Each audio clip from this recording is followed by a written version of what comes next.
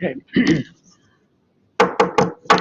Good evening, everyone. It's Thursday, February 24th at 7 p.m.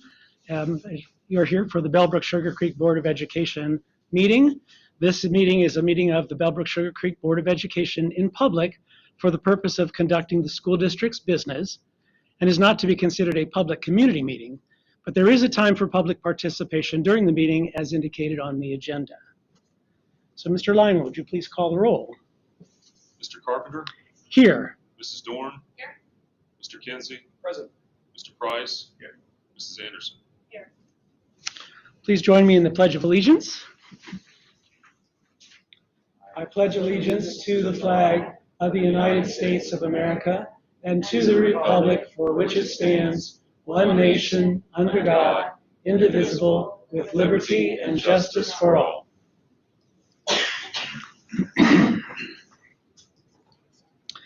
The agenda calls for a treasurer's report, but the report for February has already been submitted and approved at our last board meeting. So we will go on to correspondence.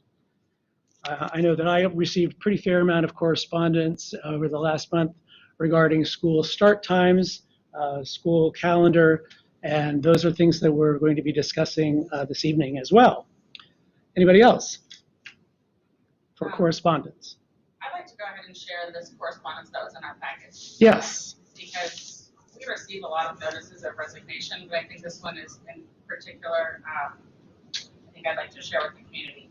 So this is, unfortunately, a notice of resignation from Mr. Holliday, one of our bus drivers, who's also the transportation assistant, to Jacob. And it says, "Dear Jacob, please accept this letter as a notice of my resignation from my position as school bus driver. My last day of employment will be February 18th. I've given considerable thought to this decision. It breaks my heart that I have to depart. You do an incredibly good job at making everyone feel important, and I must say you are one of the best supervisors I've ever had. I'm sorry that I cannot fulfill my commitment. I feel I've done everything I possibly could, and I love working with this community and the kids. I will never forget. Whatever I need to do to help with the transition, please let me know. I'm forever grateful for the opportunity. I wish you, the students, the drivers, and the school the very best moving forward." And I think that's a real testament. Busing is a big issue. I'm sure it'll be a big issue tonight, but Jacob has been relatively new to our district, and he does so much, and sometimes that goes unnoticed, and I just thought this was really special, and I wanted him to be recognized. Absolutely. Thanks. Other correspondence, yes. I believe, did he leave? We know where he went exactly. Was there some private? I don't know the circumstances. Yeah, a private truck company. Truck? Yeah, like a trucking company. Yep. Clearly he was going to make more money. Yep. Yeah. Other correspondence? Clearly we received a lot of, I'm sure, I know all board members received emails about the, some about the calendar, mostly with respect to the school start times. Mm-hmm. So if I had to try to summarize what I heard, there was concern and dissatisfaction, ones I heard from, over the breadth of time the school starts in the morning. It starts as early as 7:30, and the last school starts at 9:10. And probably the biggest complaint I gathered from that was families that live in the exclusion zone, and in the worst situation, have kids in all three schools, and they're working parents. It becomes extremely difficult for them to basically maintain a job and still run those kids. And jobs aside and personal things aside, they're spending a lot of time with kids back and forth. And so I don't know. And so whenever people ask me, hey, what can we do about this? I just basically threw up my hands and said, look, I'll be honest with you. I am a part-time school board member. My full-time job is not coordinating with administrators and looking at the number of buses we have, schedules, how many hours they're going to work, budgets, and things like that. So I will not pretend that I can just come in and say, no, the school should start at 8:43 and get out at 2:41 and things like that. So what I said was, I I have to rely, we have to rely, we as a board, on the full-time administrators that put the finger on the pulse and know all of the, just too many moving pieces to this for me as an outsider to begin to even pretend to weigh in on it. Mhm. I'm just trying to make a broad-based observation of my own. When I first saw myself, when I saw the school start was starting out over an hour and 40 minutes in the morning, I just had to wonder, is that really necessary? And so I guess I would ask that the administration would maybe go back and revisit that. Can we tighten up those times a little bit? And again, I'm not pretending to have a solution here, I don't. And so I think that's reflective of what we've largely heard from the community. And I'm just trying to give voice to that, acknowledgement of that, and very appreciative of the community that has, as they have reached out, because that's what we've asked for. And I thought a lot of the comments they made were very productive and very well thought out. And I'd like for us to honor that, and at least give some consideration to it. When are we committed to those times? Is there, what drives us to those times where we, it's in concrete and that's it? This is the calendar we're talking about as far as on the agenda tonight. Does that include the start times? Is that lumped So together? we can discuss that at that point in time. Okay. As part of my presentation. Okay, very good. Yep. Anything else for correspondence? All right, we'll go on to reports to the board. First, though, before the agenda, Mrs. Dorn has a resolution to discuss, and I'll turn the floor over to her.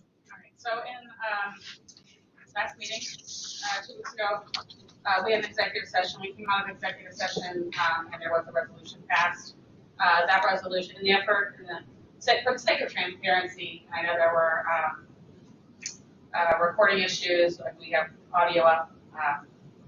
This was a resolution that was originally motioned by Mr. Price, seconded by Mr. Kinsey, amendments made by a number of people, unanimously approved, but needed to go through a legal process in order to get the words just right, because this is a legal matter and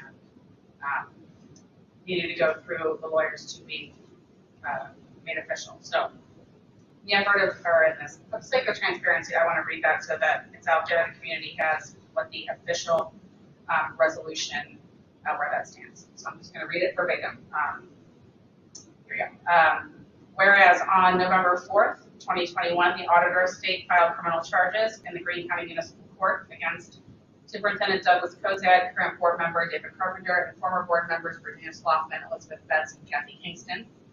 Whereas the charges against these individuals arise out of, number 1, 2 school district postcards and a newsletter, 2, the hiring of communications professionals in the summer of 2019, and 3, the hiring of a survey company in the summer of 2019.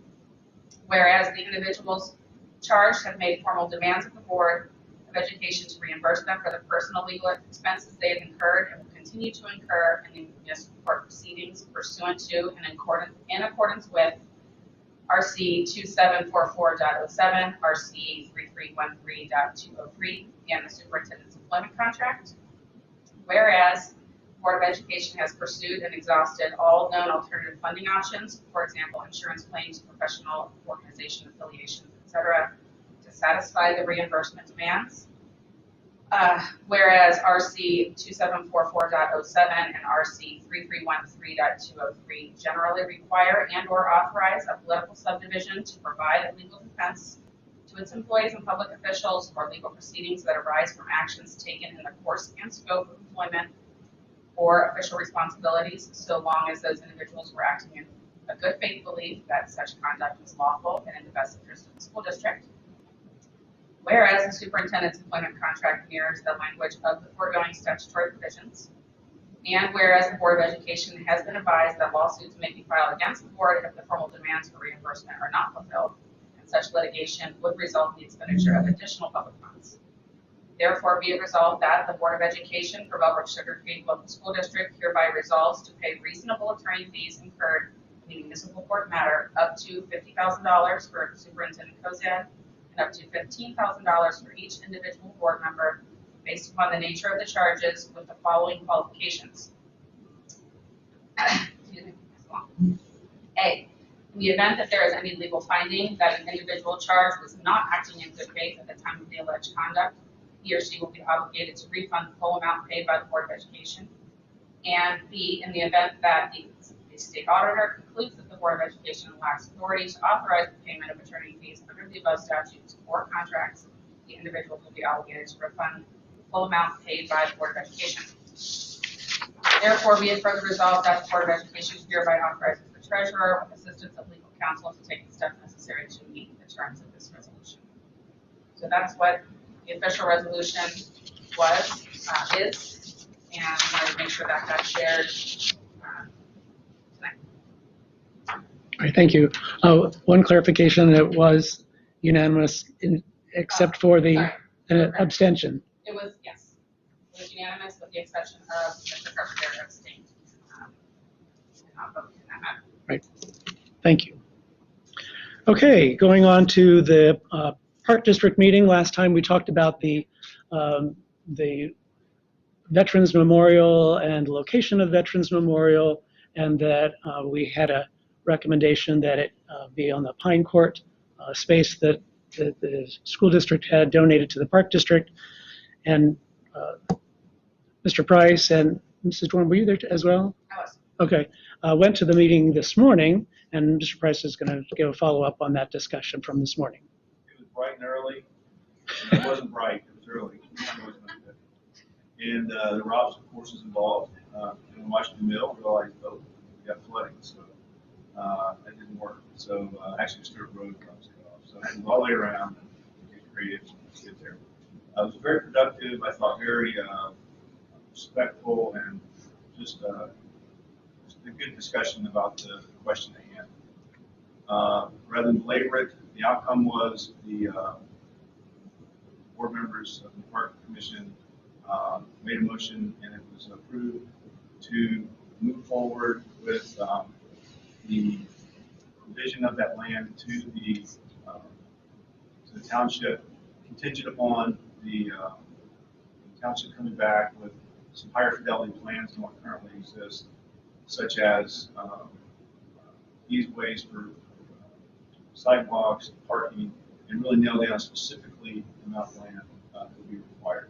So it's somewhere around a half acre of the 3.13 acres that the school provided to the Park District back in 2010, 2011, something like that. And so now I know the township is going to move forward with refining those plans with the goal of there's funds that you can put in from the state, construction funds or whatever. The cutoff for that is March 18th. But I believe that the initial application is pretty straightforward. And so some 20 questions or whatnot. So so those are going to be, as I understand it, from the township put together, and then ultimately they'll go back to the Park Commission there, Park members, and to obtain approval and the finalization of that. So it'll be a process, but I think at this point the township has what they need to be able to fill out the paperwork and make a request for funding to aid in the construction of the Veterans Memorial. Again, I think as a board, our sentiment last time was we really weren't much in favor of using that parking lot over there by the water tower for a variety of reasons. Not least of which, from my perspective, was safety. I just cringed when I thought about traffic eastbound through the wire and not being able to negotiate that turn going to a crowd of people there. So I think it would be awesome if it would actually come to fruition. I really will. And one of the things that the Park District said, if this doesn't work out for whatever reason, they would look to have the township return the land to them after, say, a 3-year period. Does that kind of summarize pretty well? Essentially, just to clear for people who might not have been involved last week, the parcel of land we're talking about is the kind of vacant grassy lot across feed wire from the high school practice fields. The alternative site was to be that corner there by the water tower. So the school district is kind of out of it. The Park District and the township are going to move forward, and they would like the input of both the city of Bellbrook and the school district, but all the formal arrangements will be between us two entities. Yeah, the role of the board in this was basically just to remind them where they got the land, and then also just to underscore the benefit it will provide to the school district of being able for our JROTC group to go up there and hold regular commemorative services, be it 9/11 or Veterans or Memorial Day, things like that. So they were sympathetic to that, and there was some pretty resounding support. Good productive meetings. Very good. Well, thank you both very much. All right, going on. Jenna Hill going to introduce the Hope Squad. Well, I wanted to take a second to introduce our two presenters tonight. I have two fantastic sixth grade teachers here with me, Mrs. Ann Gall and Mrs. Jimmy Burnham. They're going to talk to you a little bit about our student organization called Hope Squad. We actually started this endeavor all the way back in February 2020. We had our very first meeting, and then unfortunately, as we know what happened in March 2020, we were not able to launch it for that year. We started it again in the fall of 2020. Things unfortunately kind of got slowed down by that, so we were really, really excited. This was actually a student-inspired group when Dr. Ciccarelli came and presented one of the first times 3 years ago. A student, her name's Grace, she's actually now a sophomore at the high school, had talked to one of our counselors, Mrs. Johnson, and me about this program called Hope Squad. And so it was a student-originated program, and it's a true partnership between our students, parents, and our teachers here. So I'm really excited for you to get to hear a little bit more about this program. Right. Thank you very much.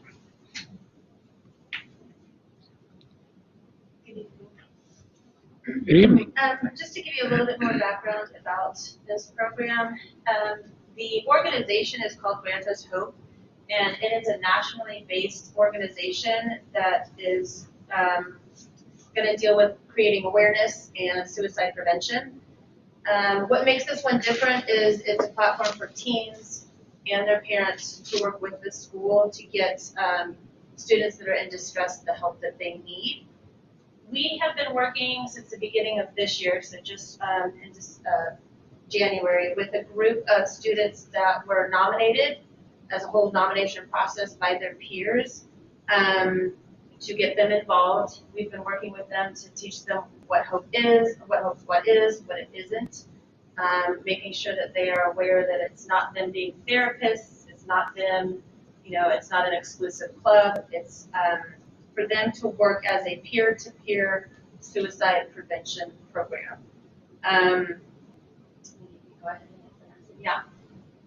Based on the statistics that Grant Us Hope has given us, these would be our statistics for Bellbrook. We have about 700 students at Bellbrook Middle School. Around 100 will think seriously about suicide. About 9 will actually create a plan in their head. 6 will make some form of an attempt, and 2 to 3 will need medical care because of that. We have already seen these numbers a little bit in our school this year. We've already dealt with some of these issues, so we know that those numbers are in effect here. Why involve the students? That's usually one of the biggest questions we get asked.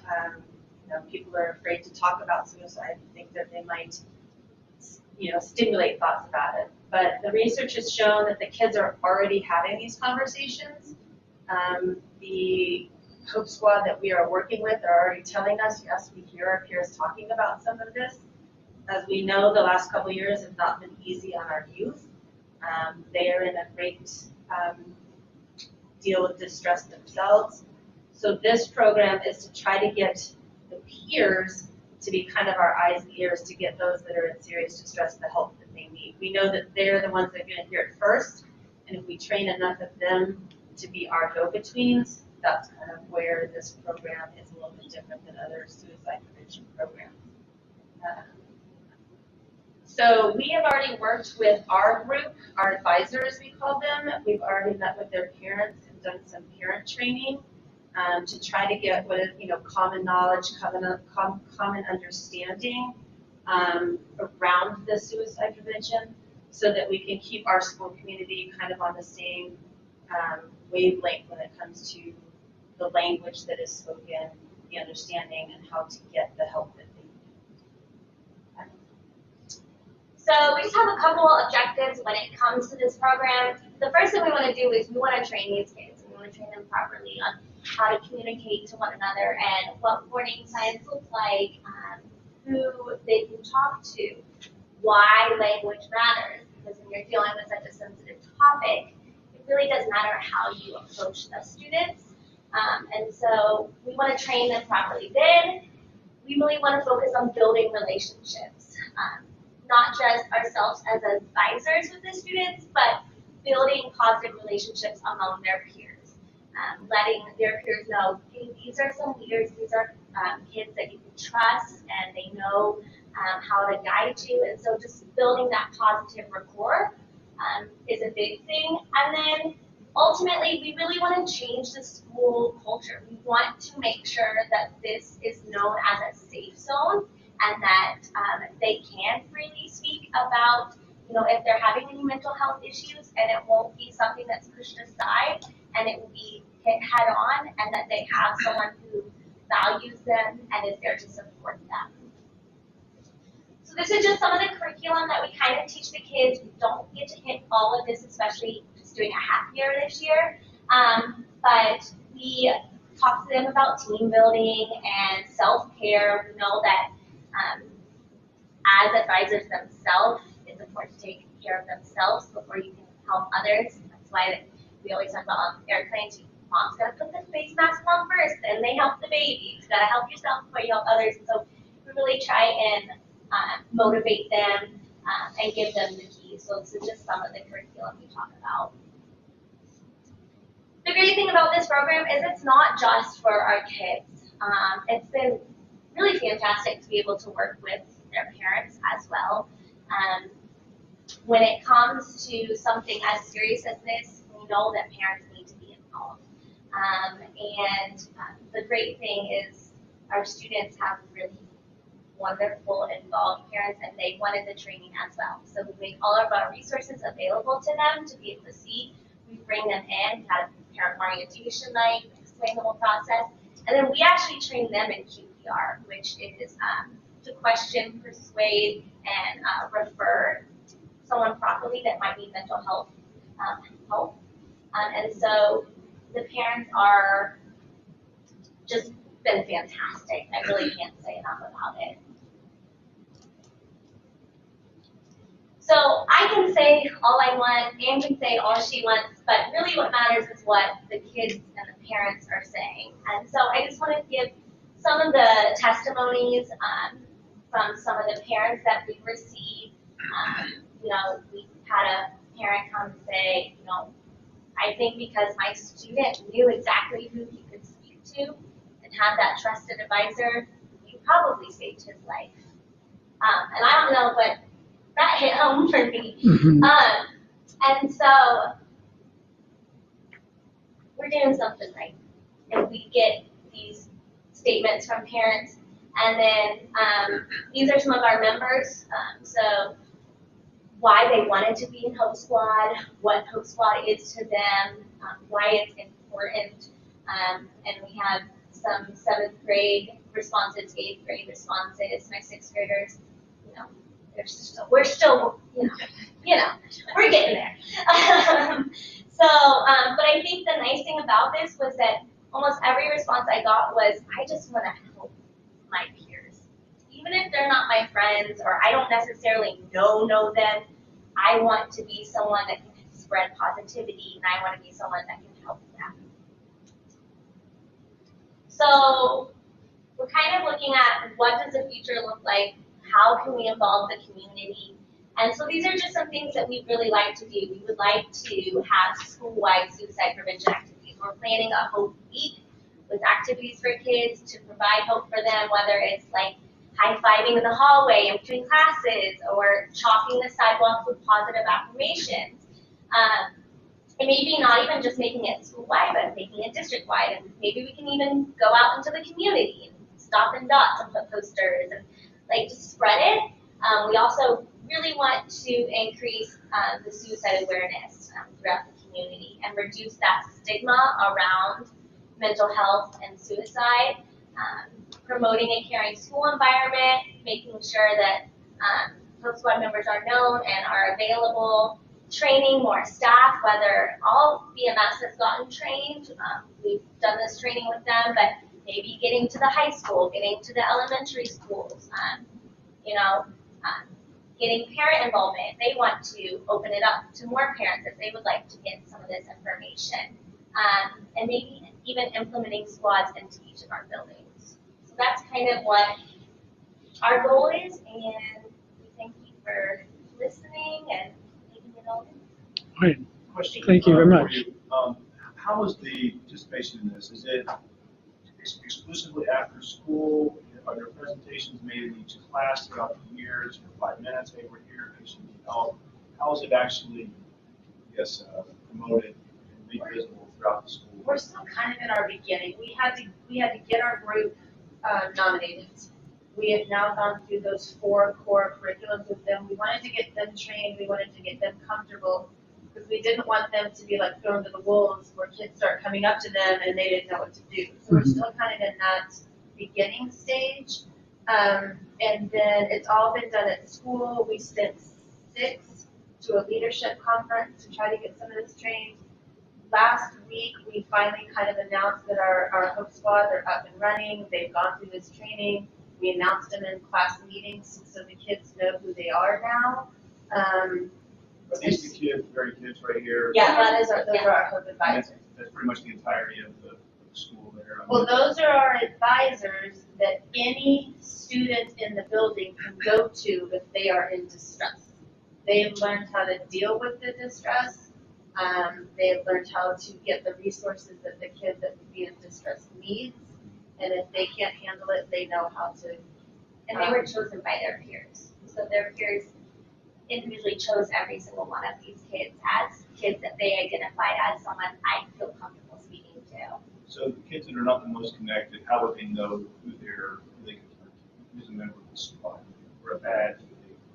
Are there pictures on the bulletin board or something like that, or their names? No, but we announced them to the class meetings so the whole school knows who they are. They also know us as advisors, and then starting in 2 weeks, we're going to start doing our Home Squad weeks. So they'll be working with them at lunchtime or Eagle periods, and so they'll be very present and known. And the more up and running we get, the more things that we do, the more their face will be present. That is one of the things we've been trying to get them short through something that makes them stand out a little bit. But as I said, we're still in the early stages. The student that recommended the group, I can't remember what school, there are a lot of local schools, Oakwood has it, Alter has it.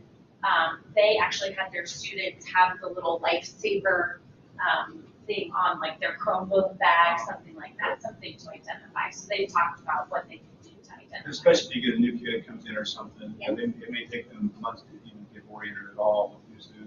Yeah, right. So we're working on finances to get all that kind of stuff going. We have like little lifesavers on our doors so kids know, our faces too. If they're like, hey, I want to talk to somebody, maybe not necessarily you, Miss B. I'll be like, okay, well, I know you're on the basketball team. Why don't you go talk to Luke? Like, we can hook them up with who they might feel comfortable with as well.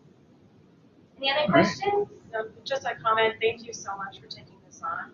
I'm part of the Bellbrook High School class of '94, and maybe Mrs. Sigmund, remember this, we were rocked, we lost our senior captain of the football team.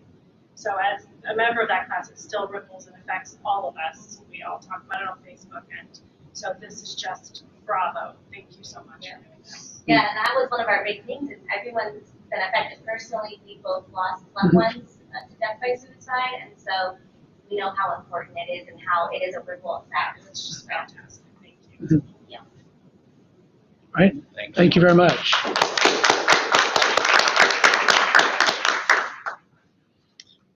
Going on to the Greene County Career Center update, Dr. Kozad will have that this evening. Yeah, Mr. Romali is our school board rep for the Career Center. He couldn't be here tonight, so he gave me some information to share with the board and the community. So some of the things that he wanted me to share is there's 550 applicants for the 22-23 school year at the Career Center. So this is the largest class ever. The school's goal is 475. So 475 out of 540 applicants. So acceptance letters are going to be sent at the end of February. We're quickly approaching that. Students who don't get their first choice due to spatial limitations will get their second choice. Again, if you haven't been out to the Career Center or been past, it's an extremely nice facility, state of the art.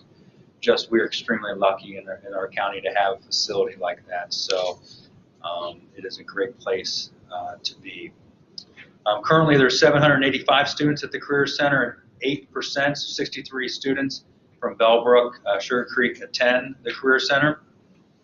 The school board, the Greene County Career Center School Board approved the addition of 2 engineering instructors to Bellbrook Schools. So those instructors will be at the high school next year. If you remember, I think it was last year, Mr. Deskins here from the Career Center, the superintendent at the Career Center, presented, and we stair-stepped this in. The middle school was this year.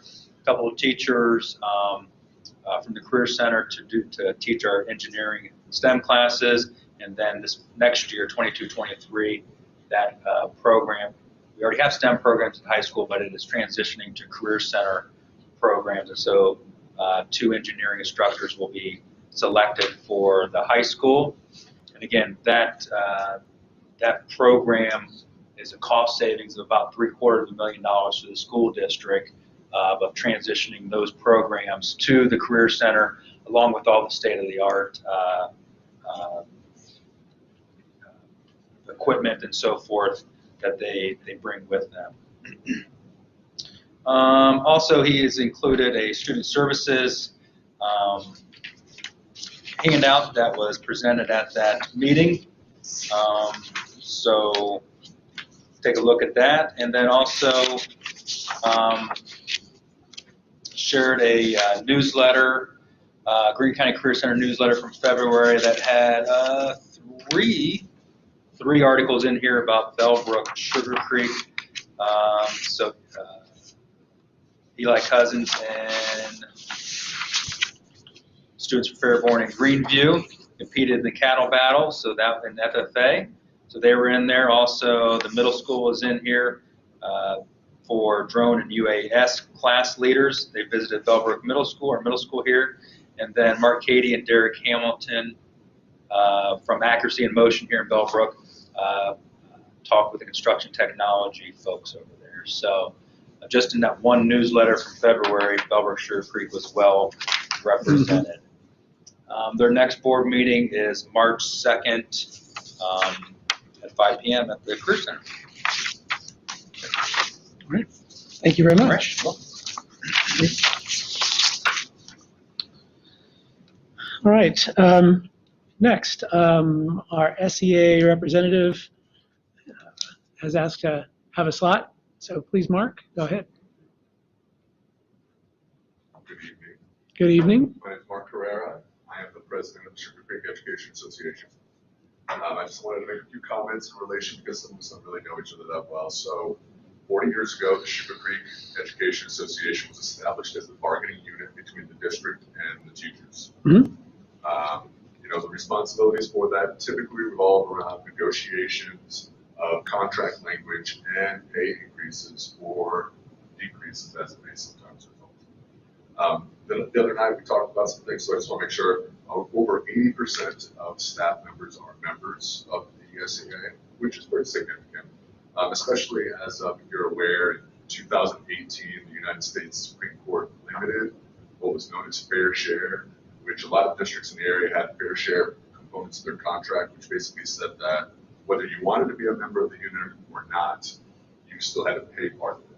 That was eliminated, and actually our membership has increased since that time, which in the world of the OEA, I get a lot of compliments because of that, just so on the same page as far as that goes. So, you know, when it comes to these components, over the years, there have been many things added and subtracted, as you can imagine. But in fall of 2019, following some financial projections that were not favorable to the district approached the SEA with a request to enact a pay freeze and to eliminate a 1% merit pay situation. And so in 2019, we voted upon that and it was accepted. And we were on a pay freeze for the entire next year. As a matter of fact, we actually were paid less. So we took a 1% pay cut.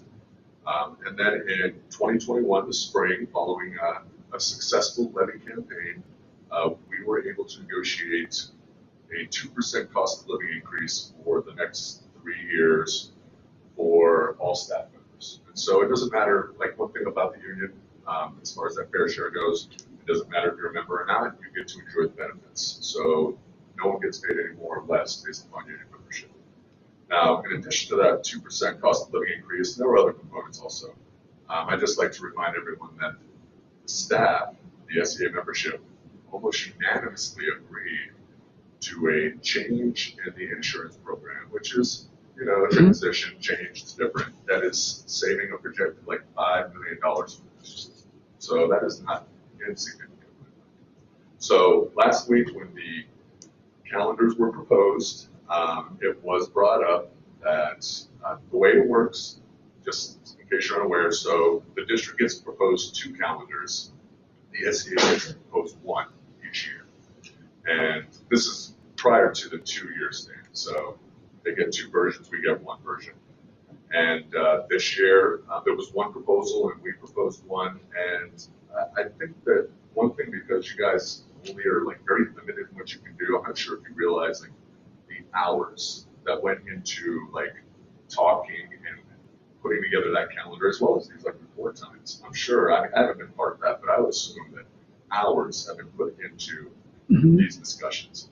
And so it is just, you know, the request of the SEA that you would take those kind of things in consideration when you're making these decisions. We have always viewed our relationship as a pure partnership. Like, we have done what we feel is best for the district. That pay freeze was painful for many people. We did it because we felt it was best for the district. When a calendar proposal is voted in and people disagree with that, I understand, but it really would be nice to have the support of the board on something that is, you know, almost, and I realize it's impacting people's lives, but it is almost a trivial thing. Now, as a side note, our vote is non-binding. So every year when I put this out, I tell the staff, hey, it's non-binding. Just keep that in mind. But I have to tell you that this year when I put out that email, I was, well, let's just say my expectations were fulfilled.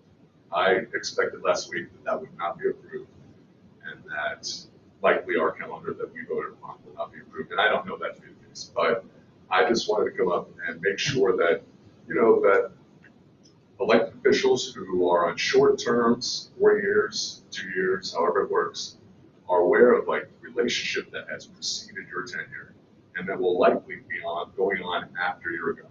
And so that is also something that's important to maintain a positive relationship between the district and the SEA. So that's all I really wanted to say. And I thank you. Oh, by the way, this opportunity was one of the things that we received because of the pay freeze. So we had this opportunity to come up and speak. And so I just thank you for your time. Mark, quick question here. Yes, sir. Do you know, in the discussion that took place, what the overriding or compelling interest was to start a week earlier from a union perspective? Because what I see is August 11th proposed by the union, and the other ones were considering. Well, as we have a lot of different components, and as I mentioned, Dr. Kozin and I, not just myself, but we've met multiple times as groups. Our focus was to try to make sure, as we mentioned, that if we could, that the first semester ends before the winter break, which is, you know, as someone who teaches at the high school, it's fairly important. And we also attempted to, as closely as possible, divide up those semesters evenly. Because as someone who teaches semester classes, and it's not the worst, but it is a challenge if I have a semester that is 10 days shorter than the other.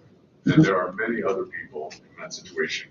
At the middle school, they teach trimesters, I believe. I'm not sure how that works into that. But as we're like approaching these issues, you know, part of it is trying to also put some extra 3-day weekends in, because this has been a stressful few years for the staff. Not just this staff, but teachers really across the nation, I would think. It's not the easiest of jobs at times, although I do enjoy it, and I would not do anything else. And I appreciate that I can earn a paycheck doing this, to be honest with you, because there's times where I come in and I'm like, what else could I do where I have this much fun? But our decisions were guided primarily by education factors. And I fear, and I don't mean to speak out of turn here, and I apologize, but I do fear that when it gets put to parents as much as it has been, that their focus is not necessarily education, although I appreciate their focus being their child's happiness, maybe their family's vacations, whatever it may be. I do appreciate that, so I don't mean to discount that.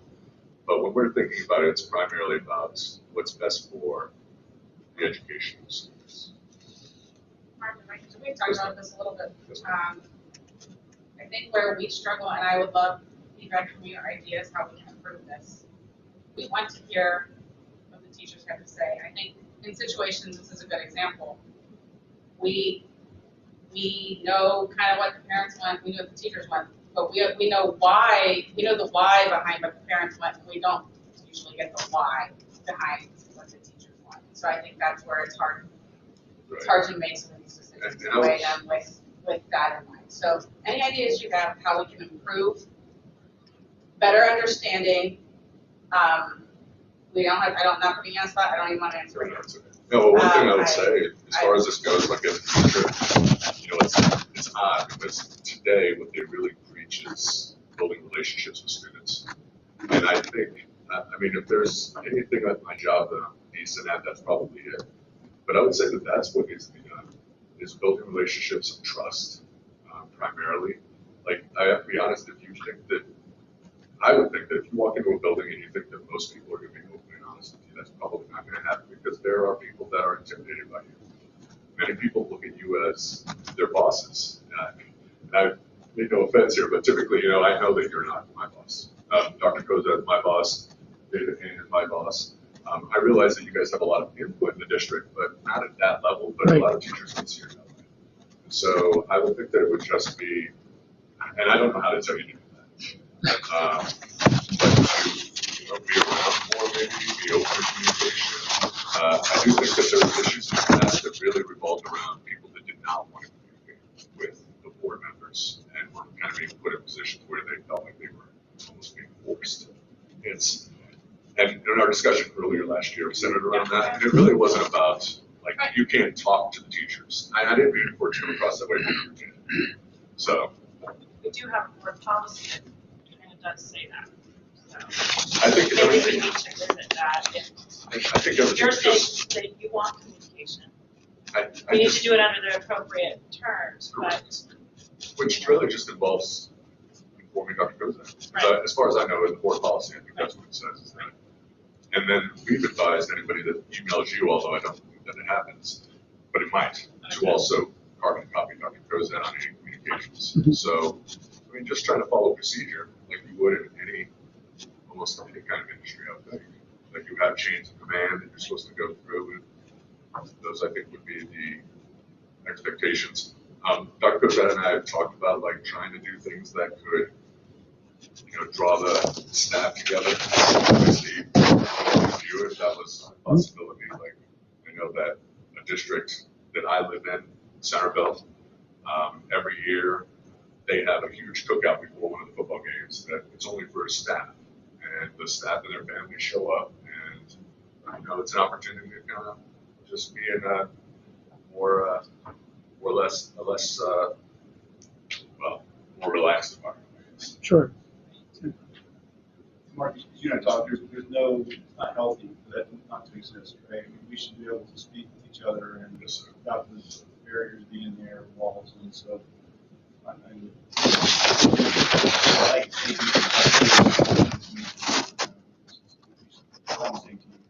trying to get kids, keep them safe and educated, you know, and have a healthy fun environment at the same time. And I think the only point of contact that I would offer, if you want to hear that, is just not to have like teachers that are always, that you know very well, and that, you know, that are just going to be your friends, not necessarily honest with you. I mean, I'll always give you I'm a transparent person, sometimes to a fault, but I will always be as honest and open with you as possible.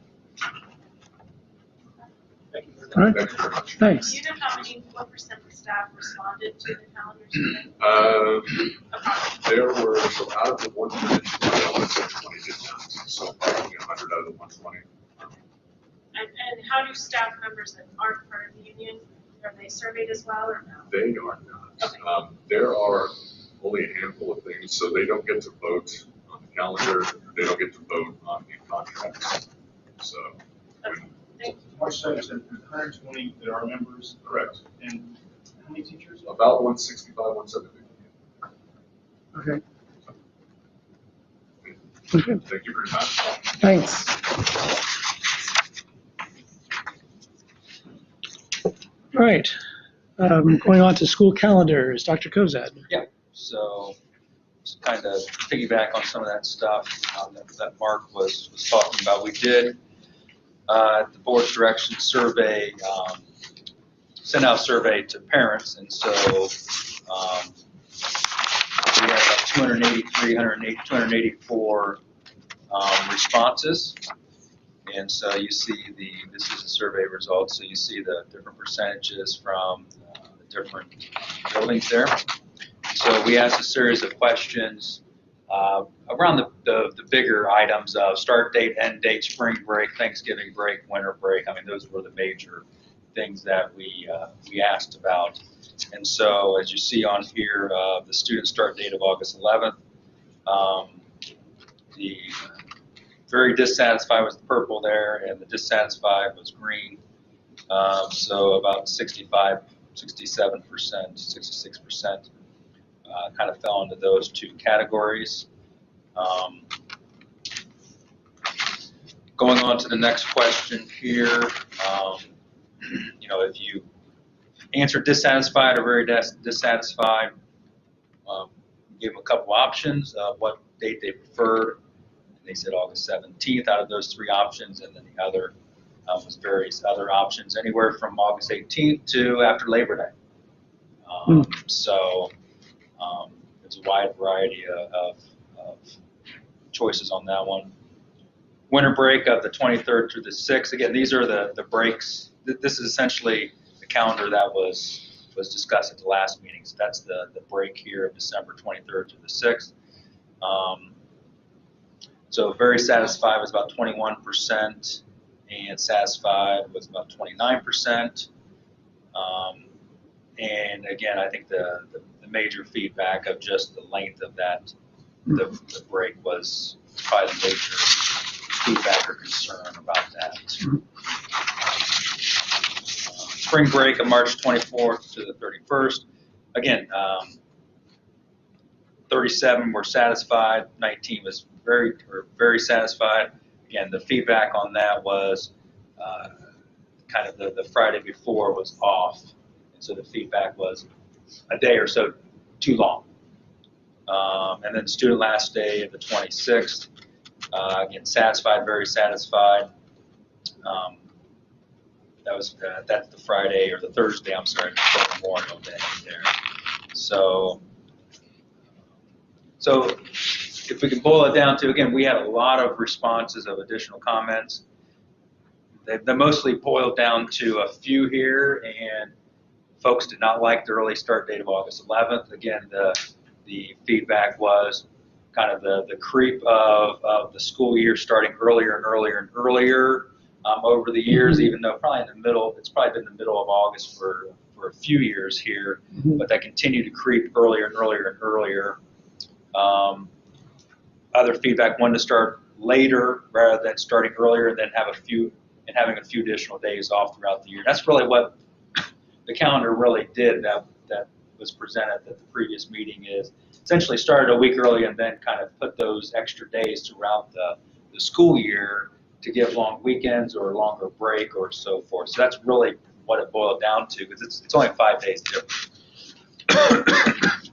Too long a Thanksgiving break, winter break, spring break again. So it added on some days to those specific breaks to make them even longer than what probably traditionally that we've had. And then we'll save the other, we'll come back to that last comment there. So moving on to the next one.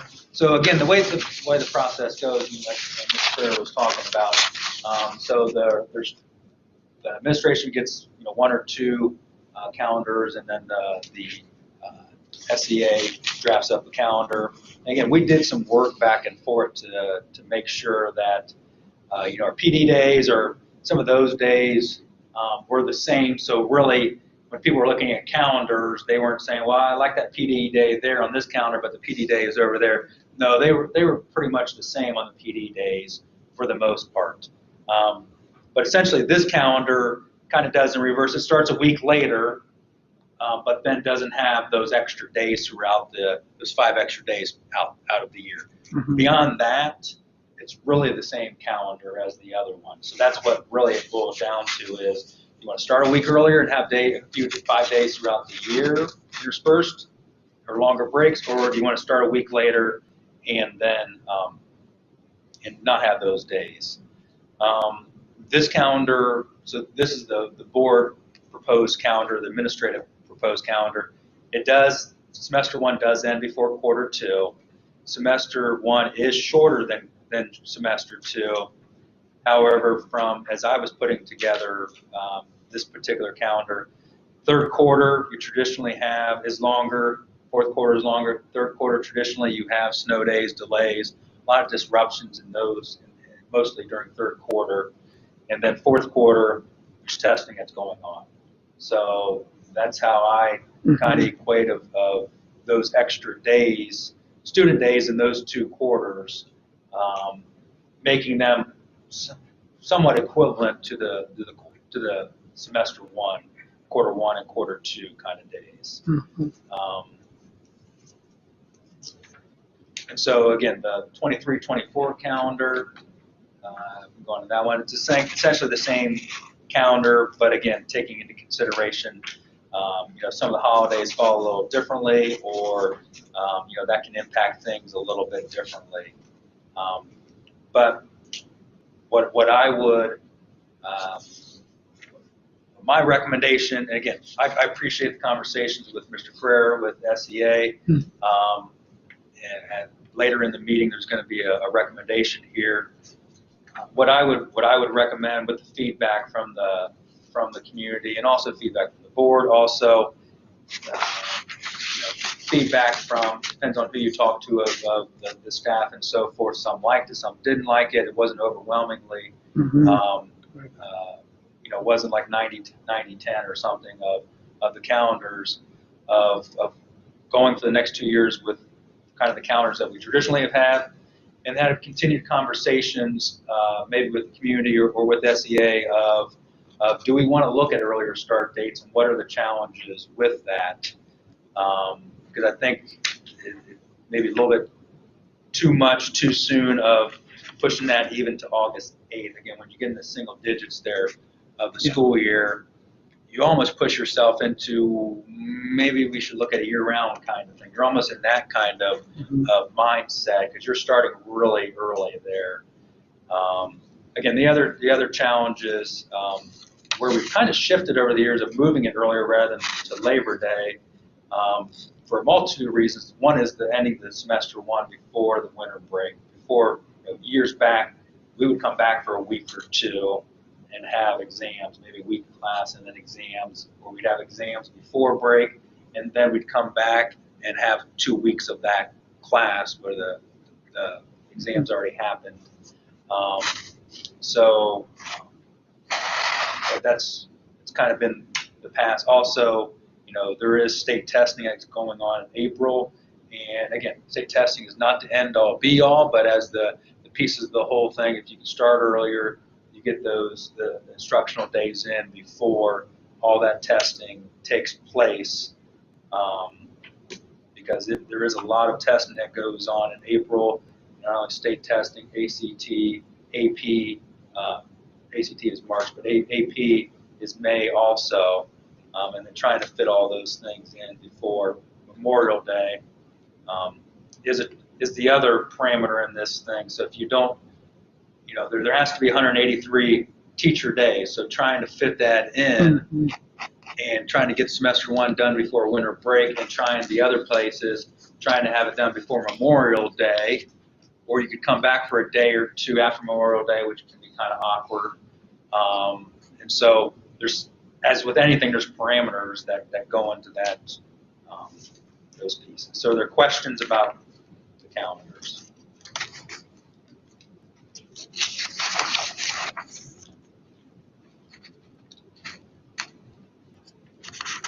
Okay, so that will come, the recommendation will come later in the meeting here. So going back to the couple pages here before, so there were not specific questions related to school start and end times, but there was feedback from that about the school start and end times, because that was something we did talk about at the previous meeting. And some of the feedback was, again, I'm just kind of going with kind of the constructive comments here. Times are too spread out, which the earliest, earliest start time, the latest start time, earliest release time, latest release time. Especially for those in the ineligible zones. And I think that's probably the most people that we've heard back from is those that spread out times impacted those people more than the busing folks, is because they're taking their kid, from one building to the next or so forth. And so there was a lot of feedback from those individuals. Also, the middle school is too early. That was a comment or comments. BCI is too late. Lack of busing for those in the ineligible zones, and would like more consistency going forward for times, for starting times, ending times, and not going through some changes here. So if we go a couple slides again, so just to give some background to the board and to folks here, so the proposed 22-23 next year, those are proposed times, and you'll see those with the 3 tiers, but also to give you some context between the last 3 years where the budget reductions and busing reductions came into play, and the 18-19, and probably years back. At those times were there. So if you see the middle school, the proposed is 7:30 to 2:30. Past few years it's been at 7:50 to 2:50. But 18, 19, and 5, 10, 15 years, 20 years, it was 7:30 to 2:30. So I know that was some feedback for some folks, but just recently, as 4 years ago, that was our time at the middle school. Stephen Bell, there wasn't many comments about Stephen Bell with their particular time, and but you see a couple years ago it was 9 for the past few years, for multiple years there. The high school 8:20, they've stayed the same, but they were at 7:40, 18, 19, and 4 previous years, 5, 10, 15 years back. BCI, and again, this is where a lot of feedback was. Last 3 years, it was, and including this year, was 8 to 3. The proposed for next year is 9, 10. But you see in 18, 19, and for years back, it was 8:55 to 3:25. So it was around a 9 o'clock start. It wasn't 9, 10, but it was right before 9 o'clock. And you see the preschool times also there. They've kind of gone back and forth depending on that. So some of the again, I know we covered some of these reasons last time about why the times are the way they are. And so just to give some more feedback or some more clarity on those. So we really are confined, or major parameters that we really looked at was the number of bus drivers that we could either retain or get or be able to do what we need to do, increase the busing opportunities for our students, decrease the ineligibility zones and add back high school. So that was another huge piece of this whole thing. And then also relieving the traffic congestion. I know that has been a complaint or thought for the last 2-3 years as we made these changes about the traffic congestion, that school times are too much together, there's overlap, there's too much congestion on our roads, especially around BCI, the high school, middle school. And so those really were kind of the parameters, the criteria as we were trying to look of what to do for next year with our busing, of bringing some busing back, with the challenge of getting extra bus drivers or additional bus drivers. The other piece is that even though Tier 2A and 2B, Stephen Bell and the middle school are starting at the same time, they are not on the same buses. So that was a Right. comment in the survey that why would we put Stephen Bell and high school kids on the same bus? We're not doing that. No. That's why it's 2A, 2B, and not Tier 2. So they're on totally separate buses. And actually in this whole situation, everybody is on separate buses. Each building is on separate buses. And that's where if we sometimes have problems on school buses, it's because kids from different buildings are going, having a little conflict. Whereas the middle schoolers are on their own buses, Stephen Bell kids are on their buses, high school kids are on their own buses, BCI kids are on their own buses. And if you see all the start and end times here, they are staggered so that no school, even preschool, no school should be coming at the same time or leaving at the same time. And so there's a rhyme and reason to all those times so that there's a decrease in congestion of traffic out there. So that level of frustration,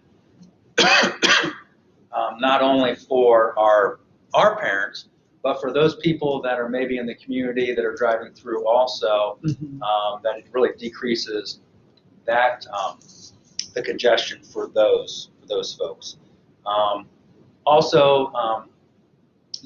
Some people proposed moving different schools around. Why can't the high school be here? Why can't the middle school be here? The reason why we partnered Stephen Bell in the high school in the same time frame, again, not on the same buses, but the same time frame, is our our high school. We think that's going to be the smallest number of kids riding buses. So if we partner that with another school with the bus fleet, we're able to better manage that. Where if we had the middle school and Stephen Bell together, we wouldn't have enough bus drivers to be able to manage that because they're all going out at the same time. So that's the rhyme or reason to that. Also, rhyme or reason of the middle school, high school, and BCI at different times is so that traffic is not coming at the same time.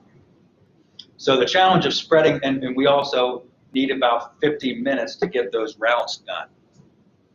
So all those things that criteria that I was just mentioning, we've talked hours and hours about those kind of things.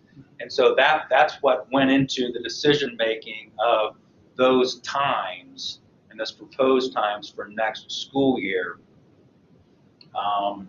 And so, again, for BCI not to be too late, the middle school has to, if you have to have 3 tiers and 50 minutes in between, you try to balance between not starting too early, because then if you start too late on the first one, then that just drives the other ones back even more. And so that's why we came up with those times. I'm trying to see if I've missed anything. So questions, but again, those are again, I know the spreading out there of times is challenging for those people. As we're adding back busing, there's still some level of people that don't have busing. So, but the busing drives really our transportation pieces, and there's start and end times. And unfortunately, that impacts those people in the ineligibility zones. And I know I mentioned in the email that went out a couple weeks or whatever, there's Champions. Again, I know it's a cost piece there, but there is daycare in the school district. That is at Stephen Bell. That's where most of our kids that go to Champions or before and after school daycare contract with the company for. Most of our kids there go to Stephen Bell, but we also provide transportation from Stephen Bell to BCI. So once they get to Stephen Bell, they would have transportation to BCI. So questions or comments Not a or question, but a thoughts? comment. Sure. Yeah, I want to say I really appreciate all the communication and effort. I said 2 weeks ago, and Kevin said it really well at the beginning of the meeting, I know a lot of stakeholders and factors, but I can't even imagine stakeholders and factors that I haven't considered. Yeah. So I'm really grateful that teachers have had input, the community, we sought input from the community. I'm really grateful that so many decided to participate, contact us, participate in the survey. As long as everybody's aware of all the factors and, that gives the opportunity in case something just out of left field that somebody maybe hadn't thought of could come in. I'm just very grateful for the communication and all that's gone on, and then just at the end of the day, I just trust those that are in the leads. I believe that everyone's being listened to. So I just trust those that are in the trenches that they're going to make the right call. So I appreciate your recommendation.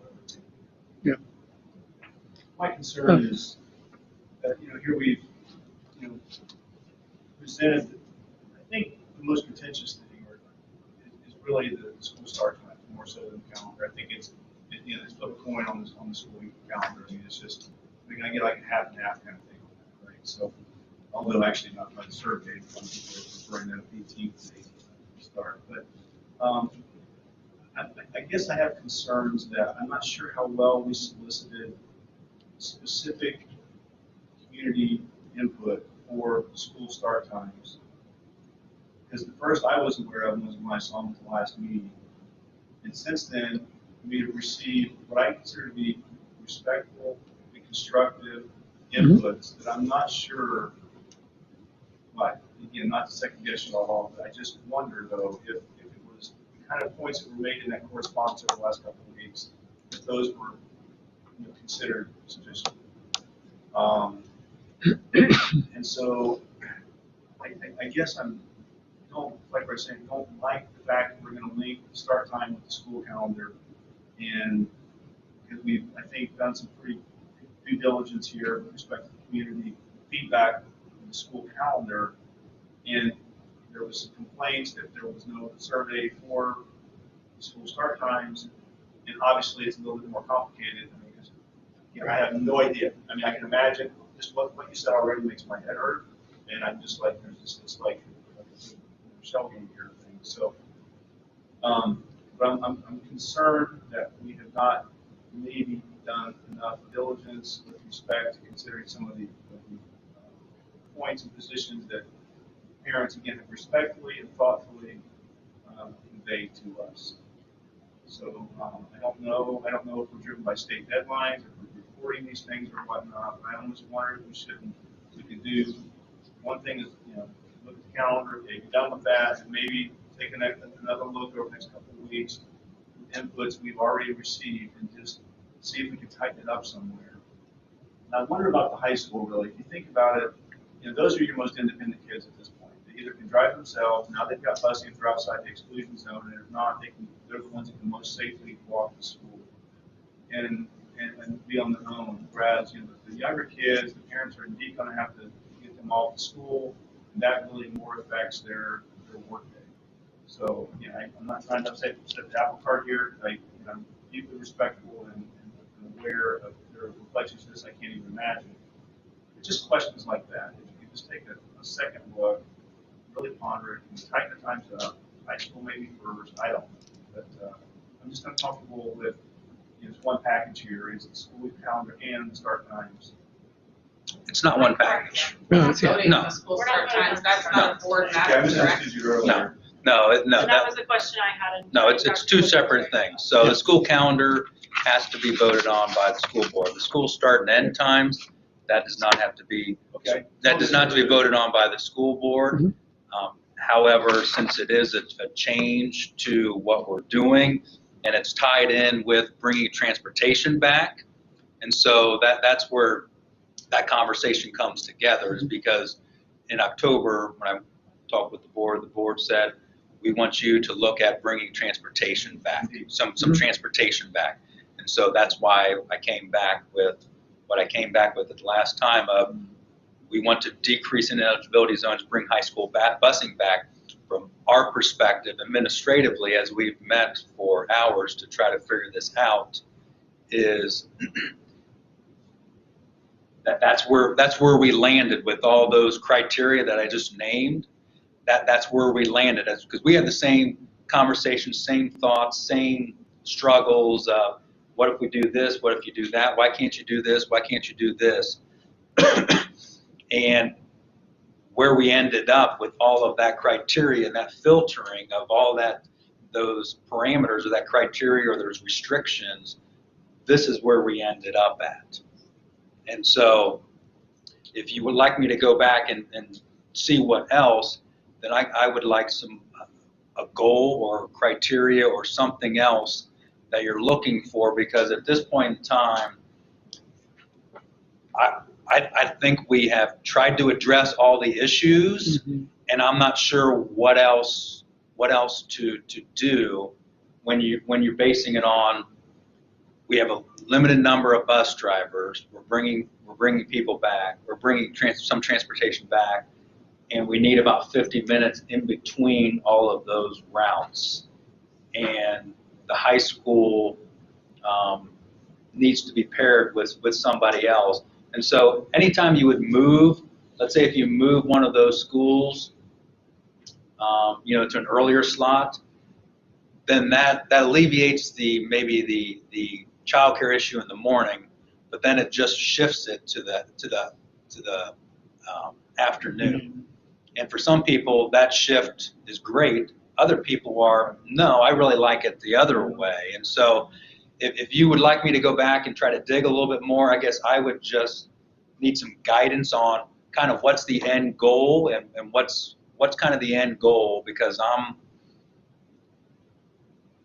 kind of tapped of where else to look at and try to move what pieces. Because anytime you move a piece, it's a ripple effect. It affects something else. Sorry, am I hearing you correctly in saying that in order to bring back busing to the extent that we are planning to bring it back, we have to go with a few extra buses that we are buying and a few extra bus drivers that we hope to get.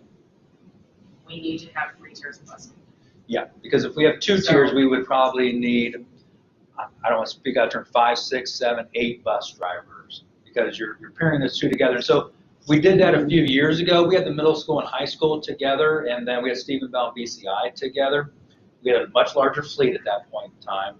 But also the other piece that we looked at of the 2 tiers is that Stephen Bell and BCI, the way we did it is they picked up their kids. They went to each school with those kids, and then they crossed each other in town and then dropped off the other kids. And so what that did is kids that arrived early at BCI, and you reversed it in the afternoon. So kids that arrived early in the BCI, they were the last to be picked up. The kids that arrived latest at BCI, they were the first to be picked up. So you had about 15 minutes, and same with Stephen Bell. So you had 15 minutes on both sides that we were losing instructional time. There was dead time, and that was at Stephen Bell too. And so I know that was a suggestion of putting Stephen Bell and BCI together. We did that, and we lost we were losing 15 minutes to a half an hour of instructional time. It isn't like those kids that arrived early left early. Kids that arrived late left late. That would be okay. Even if That was the opposite. kids are there, you still can't instruct them. Right. Yeah. So that was the challenge with that. But we also had a much larger fleet and much larger number of bus drivers at that point in time. Right. And so where I'm getting at with that Yep. question is, if we're basically, the choice here is bring back busing with 3 tiers of busing, or bring back no or less busing and have 2. What I feel like, this might sound a little crass, and I apologize, but I feel like we're in this loop of constantly asking for more surveys and more feedback. And I don't want to start asking for feedback where we don't have flexibility. Don't have choices, yeah. I think that's disingenuous to parents to go and say, hey, what are your thoughts? If we really don't have room to move, I think we need to be transparent and early about the decisions so that they can make decisions. Because when it comes down to it, a school day is 7 hours long. And whether or not, we really focus on the morning time and what time kids have to get to school. But I have been in this situation, I've been in the trenches of this situation with 2 kids requiring before and after care, out of town, as a military family, with no family help, and a special needs child that can't go to just any daycare center. Like, I have been in this, and it stinks, and I empathize with every parent that is in this situation. But a school day is 7 hours long. If you make it earlier, kids don't have anybody there when they get home. If you make it later, it's difficult to get your kids to school. The emails I got, and There were quite a few. I kind of, before I came, I counted them up. I got 13 emails from parents. I could sum them up by saying everyone wants to start at 8:20. And I don't say that to be funny or to make light of anyone. There That's are right. individual families who are going to be really challenged by this, and I totally understand that.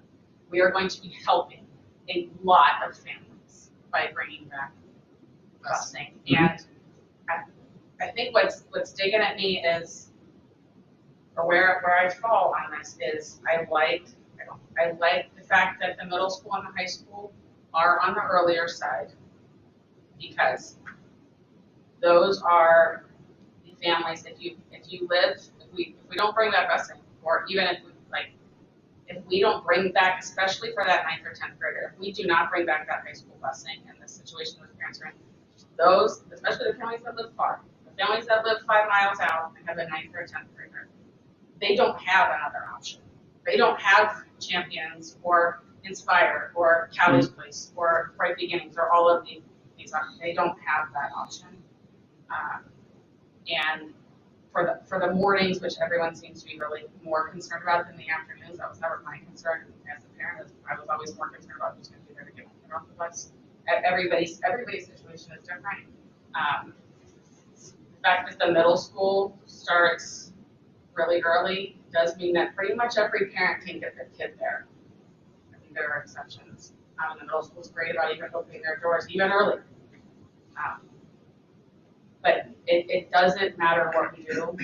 There are going to be some families negatively impacted. And I know when we went, and I remember specifically because I had a student at BCI at the time, when we went from the 9 o'clock to the 8 o'clock at BCI, there was gnashing of teeth. And parents were very angry that their 3rd grader was going to get on the bus at 7:58, like mine does right now. Like, probably just as many or more parents were angry about that shift going early as other parents that are going to be upset about that going late. This is really hard. I 100% agree with your sentiment, Mike, that I watched what Jacob and the administrators are trying to do, and they're trying to do what we told them to do, bring back as much busing as possible. And there are constraints. I don't want to get, to your point, Kevin, I don't want to get fall into the trap of asking parents for their opinion if we don't have. We don't have choices. I don't feel like we do have much. I would agree with you. When you look at the stacks of what it takes to put the routes together in the first place, and going through this exercise to establish those individual routes and what it takes to get this close.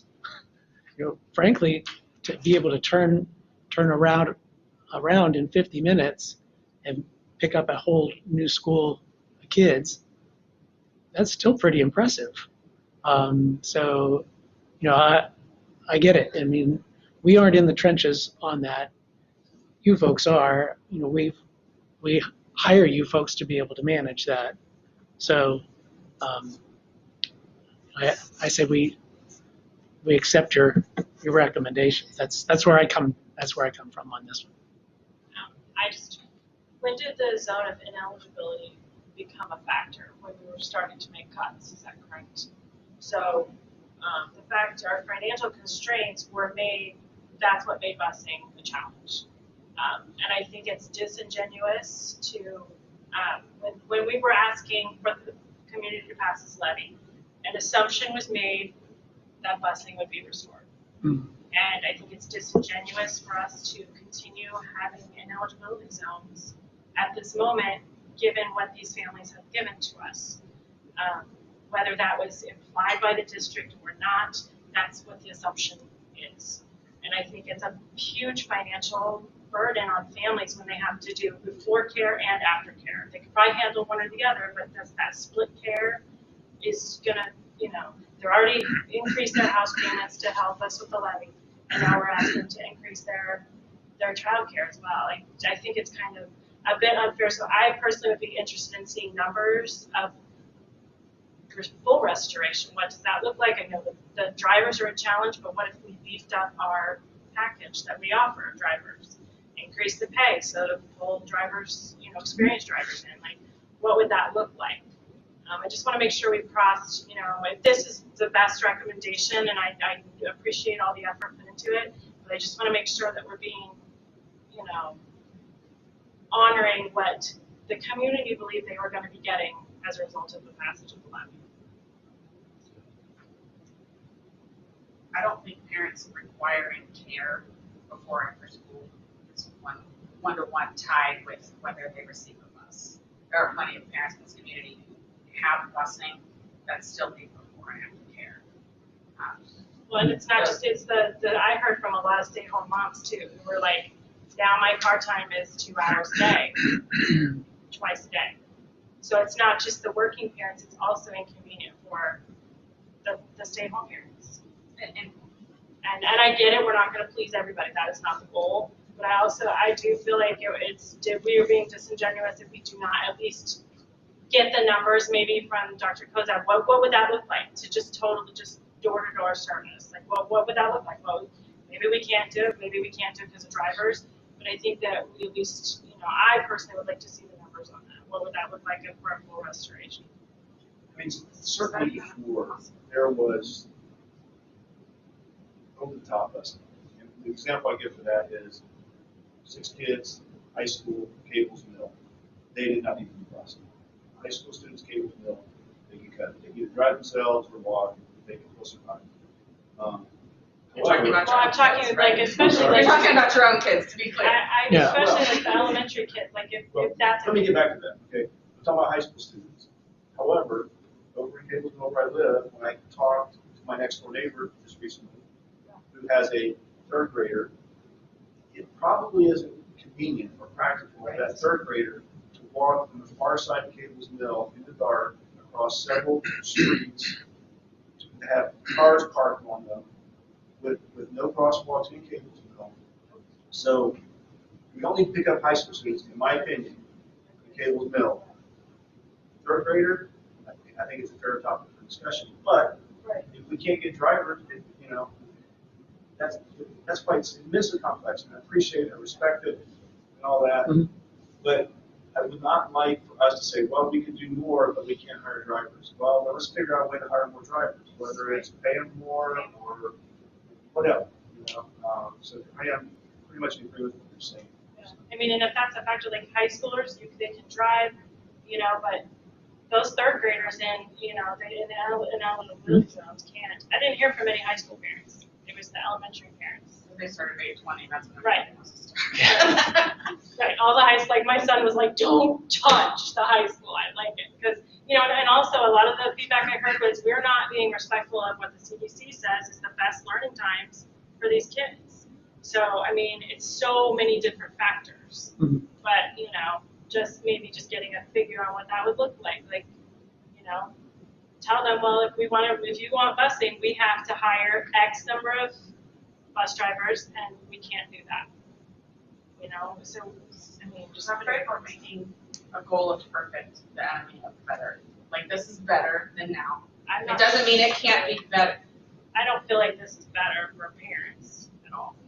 The number of Because kids that are having busing restored is significant. Mhm. Like, and we have to remember, as board members, we get emails from people who are dissatisfied. And I personally got 13. And that's not to say there are not more people dissatisfied. But we rarely get emails from people who are thankful that their 9th grader now has a way to school. Right, and not many people take that next step to email the board members, but if you look at the Facebook, that had 140 comments before we ever got home. So it is a big deal, and I'm not dismissing that yeah, it's a we big just deal. I feel I'm like saying we have to This is honor. better, and it Yeah. doesn't mean it can't be better again Right. next Mhm. year as we hire more Right. drivers and we can't bring back more busing later on. Even Jacob brought that up as a point last time, that having 3 tiers, we might find that on one of these buses, there's a whole bunch of capacity and we can bring back 3 more streets for busing eligibility based on how the numbers work out at the beginning of the school year. Mhm. But we can't sit here and try to get a perfect and make it the enemy of better. Mhm. What concerns Because me, the perfect is still gonna make some people mad, because it's not gonna help some people.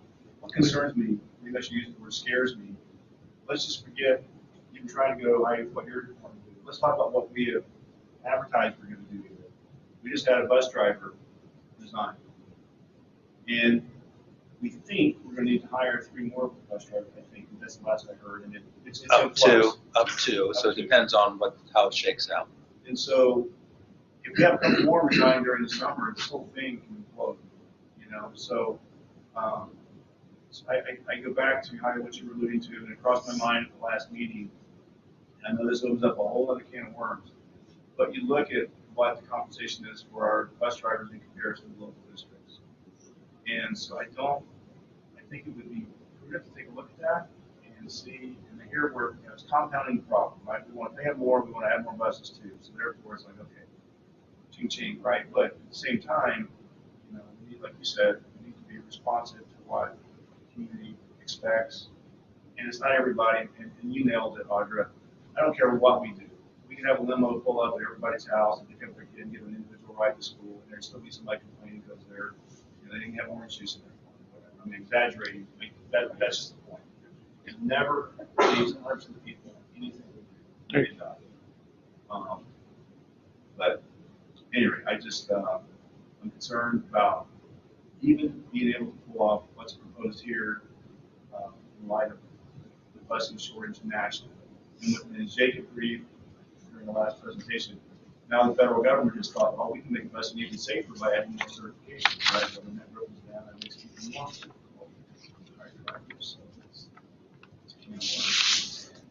The other piece, whatever you start the school year at with busing, you can't take it away. Yeah. You can add, but you can't take away. When you start the school year with your Saying like by law. correct. Yeah, by law. ORC. Yep. So if we were to do high school busing, we found out, hey, we don't have a big ridership here, we couldn't discontinue that. Correct. Strengthen an eligibility zone and provide busing for more high school students, Mhm. potentially. Say that again. So if we went ahead and said, hey, yeah, we're gonna provide busing to the high school, Correct. but then we found out the ridership, like, it didn't justify all those routes. Can we make changes on that, or is it locked in by the ORC? Can we make changes as Like adding Or routes? taking away, like if we said, We hey. can't take away. Okay, But we could use that Once the extra school year. capacity to strengthen Sure. eligibility Right. zone to provide busing for Yeah, more addition. children. No, I don't think we can shrink the eligibility zone. It would be people that are choosing not to ride the bus because they have that service. So we start the year out with that. We would just assume they aren't riding the bus the whole year, and then we could shift those people to somewhere else. I think we're saying the same thing.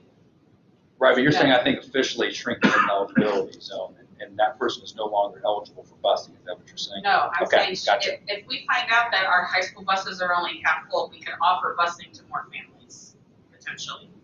That's what I'm saying. so we can add, but not to. Yes. Yeah, so again, we could look at the ineligibility zones and say, okay, we build up some capacity, whether that's more drivers or less ridership somewhere. What can we add back? We can add this area back. There's a bus. We can add this area back, and maybe do it more over time rather than all at once as we get. Because again, the challenge with getting bus drivers is there has to be a route for them to bid on. Mhm. So if there's not a route for them to bid on, again, we do have a couple sub contracts that they're in for every day. However, we don't have any subs. But we do have 2 to 3 contracts sitting there that we say, you're in every day, we'll pay you in case someone is out. That way we have somebody on reserve. Well, we don't have any of those folks right now. Okay. But we could say we have this route sitting there, we can bid that route out if it's there and add piece by piece over the school year, wherever we want to go. What's the end goal here? Okay, let's chip away at it and add, rather than Mhm. maybe overcommitting at the beginning of the year and then scrambling, or we have a few resignations and it would become extremely challenging. It's challenging right now. We've been extremely lucky with COVID and that piece over this school year with our bus drivers, because I know other school districts have not been lucky in that situation with canceling bus routes or that kind of thing. So Doug, you're asking from us, again, this isn't, board doesn't vote on school start times. Right. But what you need from us is a general intent of, do we want to proceed with bringing back busing with the realization that it is going to drive a three-tier system? Or do we want to pause, bring it back busing? Is that the general direction that you need from the board? Because this isn't a motion and vote board decision, this is an administration decision, right? Right, so a direction of, are we, relatively speaking, okay with the proposed times? And we can continue to see if we can tweak or refine something. But are we generally okay with these times? And is there other goals that we have in mind of, okay, this is where we're at. We want to continue to look at exploring ways to bring back additional busing throughout the school year and do our best to be able to pick those things out and continue to whatever the end goal is the end goal to get rid of all ineligibility zones for specific grade levels? What's the end goal? And if there's an end goal, then we can work towards that over time, and maybe that would help that community promise of that community perception or promise, or what, not promise, but perception. Or whatever, that the goal is there. We just can't do it all at once. We can't get 8 bus drivers at better once. answer, more well received at this point if we said, hey, here's the end goal. It's going to take us a few years to build the fleet, to build the drivership. But we're getting there. As long as there's progress, I think that would be more workable. I think in some regards that's the unspoken, how I interpreted it from an unspoken perspective. Okay, this is what we can do based on our riders, our bus drivership that we have available to us, and then it seems to me that as if the pandemic scared a lot of drivers away from wanting to serve in that kind of a role. As we move away from pandemic toward endemic and people get accustomed to living with the potential of the flu or COVID or whatever. Children in their vehicle. Yeah, that's right. Then I think that we'll have that opportunity to grow our driver pool as we transition out of that COVID scenario. So I think that you've articulated it well. That's kind of where I kind of felt as if it was going all along. But Me personally, I don't know if the end goal is to bring back 100%. maybe not 100. We have to keep fiscal responsibility in mind, and I don't know if what we were doing before is 100% what we should be doing. Right. We have to make those choices between bringing back, buying another bus or buying another teacher for a year. Yeah. But Well, like Mr. Price's example. I'm not saying that this is what we're doing, and this will be final, and this is all we're gonna get either. Yeah. And I think we have to be cognizant too of consistency. I mean, parents are okay to jump on board something, but they have to know that I'm going to be okay with my employer telling them this is my availability if it's consistent. Like, we've changed a lot year to year to year, and I think that's a concern as well, is that there's not been a lot of consistency. So that could also be a goal, that whatever we decide needs to be consistent for a while, as much as possible. I agree, and that's important for the staff too. Now, for an individual parent, they aren't really going to have consistency, because every 3 years, their start times are going to change That's in right. this district, right? And the kids moving. And that's probably a bigger deal for staff, honestly. But yes, I agree with what you're saying. No, we don't want to redo this every year. We don't want to rehab this argument and put the community through this. Yeah. I agree. Okay, so if I want to just That's right. summarize the general all of that. feeling. Okay. All right. Make all that happen.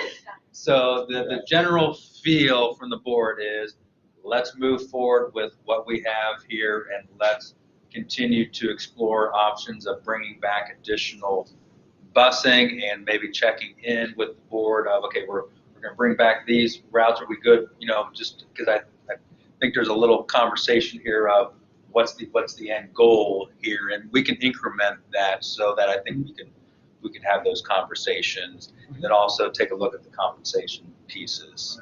Is that kind of work? I guess, Yep.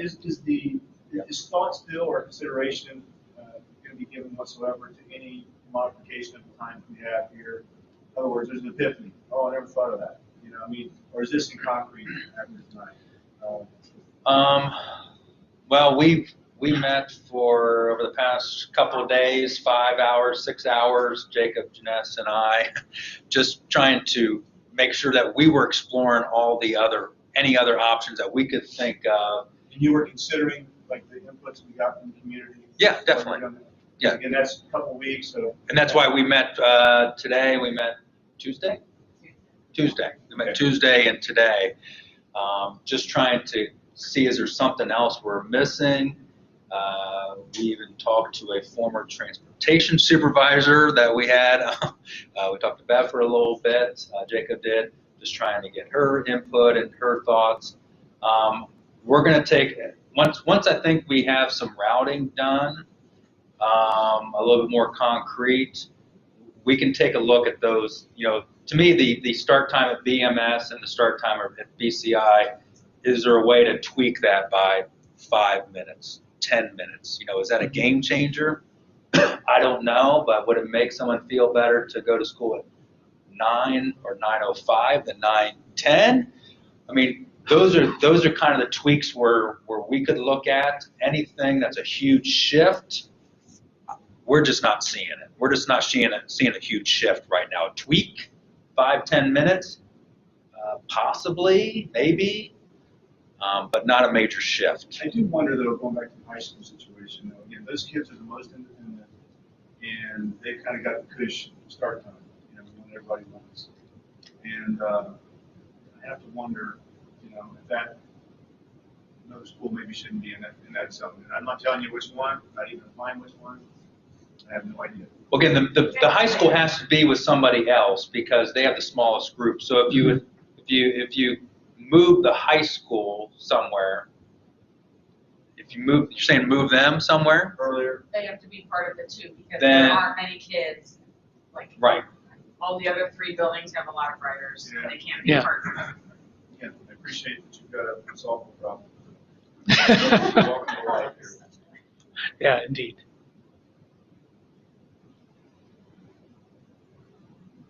Okay. Wait. We're okay. I think we're good. Okay. I think we're good. We go on to the next. We got just one little change. There's no change on Stephen Bell ineligibility zone. There is a change actually on this ineligibility zone. Again, from the parent feedback, we had Eagle Rise as eligible. We did not notice Soaring Heights is not connected to a path, so we added Right. them back into busing. Okay. That was a mistake on our part. We thought that was connected to that bike path that is there. It is not. Right. So we're adding them back. So that line is new there. That little J right there is new. So that some feedback from parents. We didn't realize that. So, that's all I have. All right. Thank you very much. And thank each of you for contributing to this discussion and so forth. Pass our thanks along to Jacob. Absolutely. Today, and the And man looked wrung out, I'm gonna tell you right now, because he is trying to do all this while driving a bus and driving field trips and losing his transportation assistant. I mean, the man needs everyone's support. So. Yeah. Now, transportation assistant is not his assistant. Sorry, not, yes, He is sorry, like an aide on the bus. But Yeah. he is Yeah. driving, Yes. I think, Yes. pretty much every day. Yeah. While trying to Yep, figure all this definitely. out for us, and we keep asking him more. Yeah.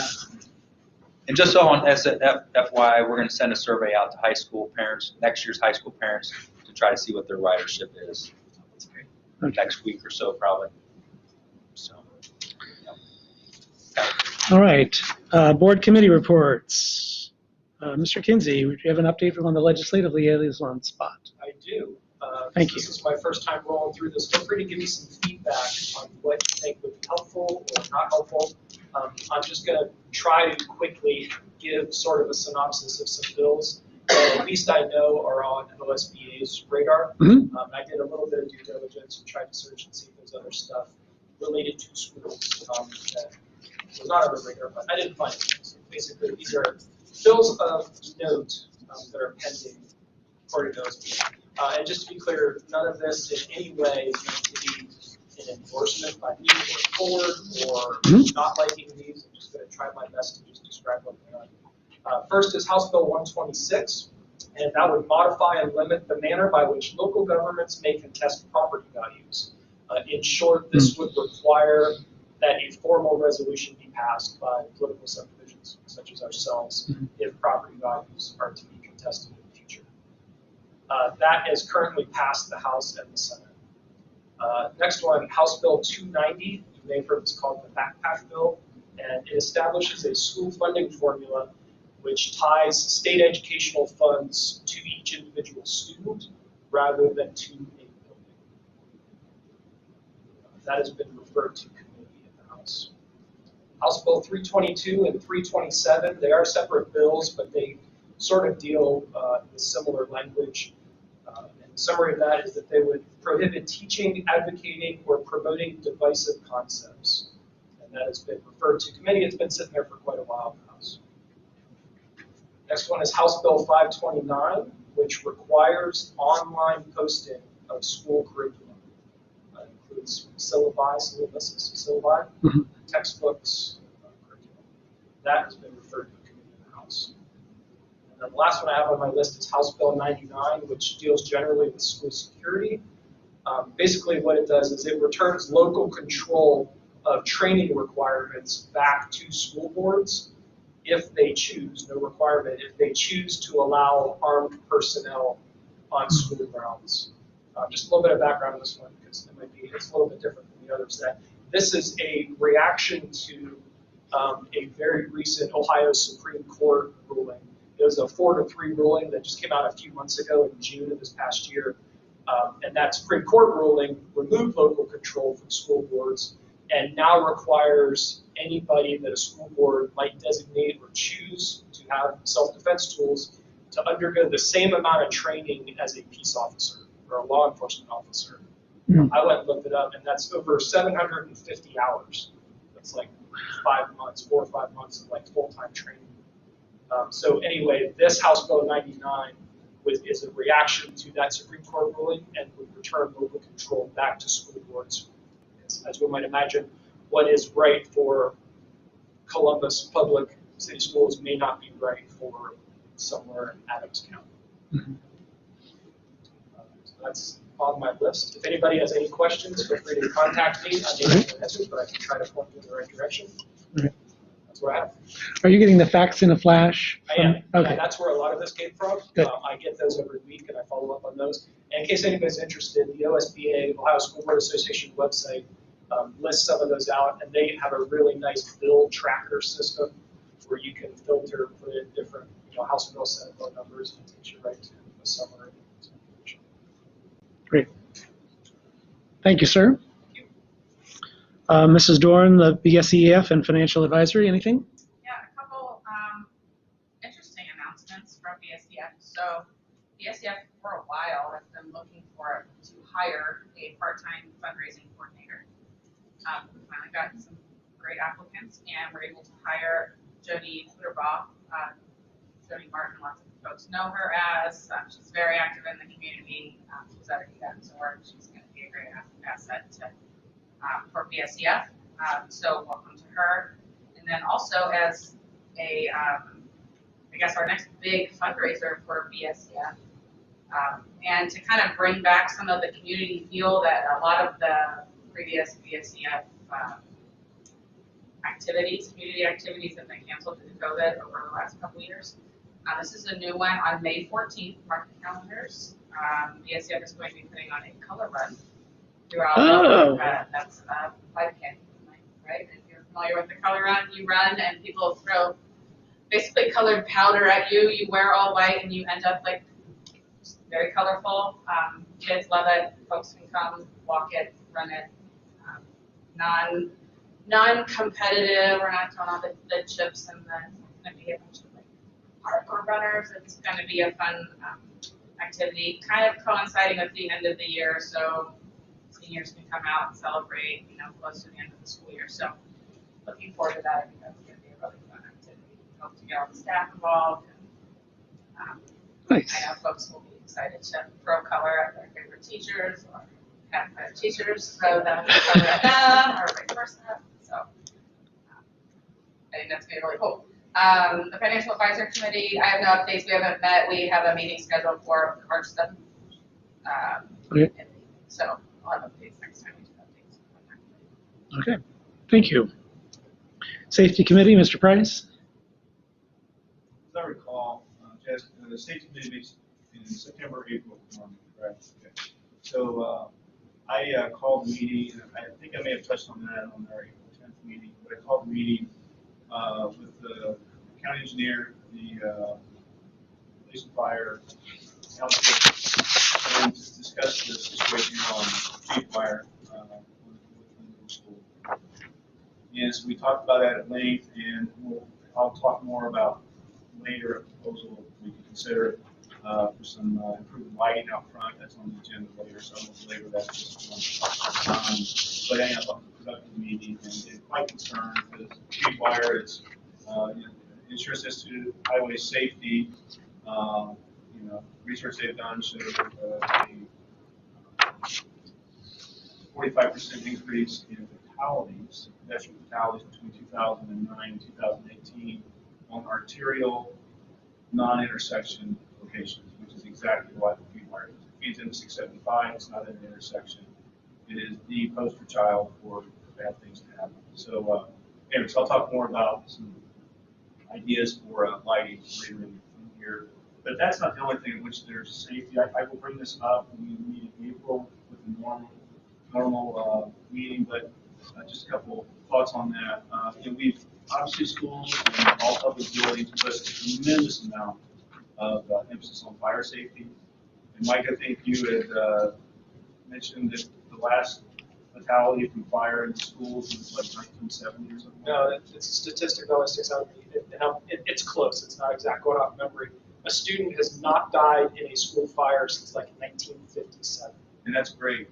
So it's working, But with all the fire drills and all, at the end of the day, what is making the news, what is resulting in fatalities are the school shooting situations, right? Then you start thinking about how we can improve safety within our schools. Thank God we have a resource officer that has availability for that, but there are probably no doubt some other things we can do. I know there's that film that can be put on glass. Right now, if you go out with a screwdriver and hammer, you can knock out one of these glasses in about 5 seconds. But there's some film that like 3M produced that makes it essentially take you about 2 minutes to get through to get the glass. So I think all that say this, it'd be nice if we gave some focus to probably what is the highest risk to our children rather than probably what is the lowest risk. Thank God, because that problem has been addressed adequately and we aren't burning kids up in schools anymore. And no doubt that did happen in our nation's history.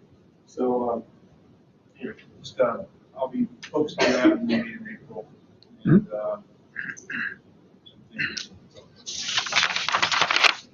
well, I can talk about that now or later. The lighting. Yeah, we do. Yeah, we do have an item. Okay, sorry. We'll come back to that. Okay, Greene County ESC Business Advisory, Mr. Kinsey. Yes, full disclosure, I did not attend this meeting. I totally dropped the ball. After we got our committee assignments, I failed to ask what the schedule was. It was soon after that, so apologies. However, Mrs. Sigmund is always there, and she provided her notes to me, so thank you very much. So this is all her. Yeah. In case you're not aware, the Business Advisory Council, which is in partnership with Greene County Schools and Businesses, their mission is to assist in the assessment of workforce needs and employability skills for all of our students here in the region. In attendance at this type of meeting, representatives from Greene County School Districts, of course, the Career Center, Greene County Educational Services Center, that's what ESC stands for. Greene County Public Library, United Way, Clark States and Clark College, Dayton Regional Manufacturing Association, and Green Dealing. So I think that's fantastic that all of those different entities are represented.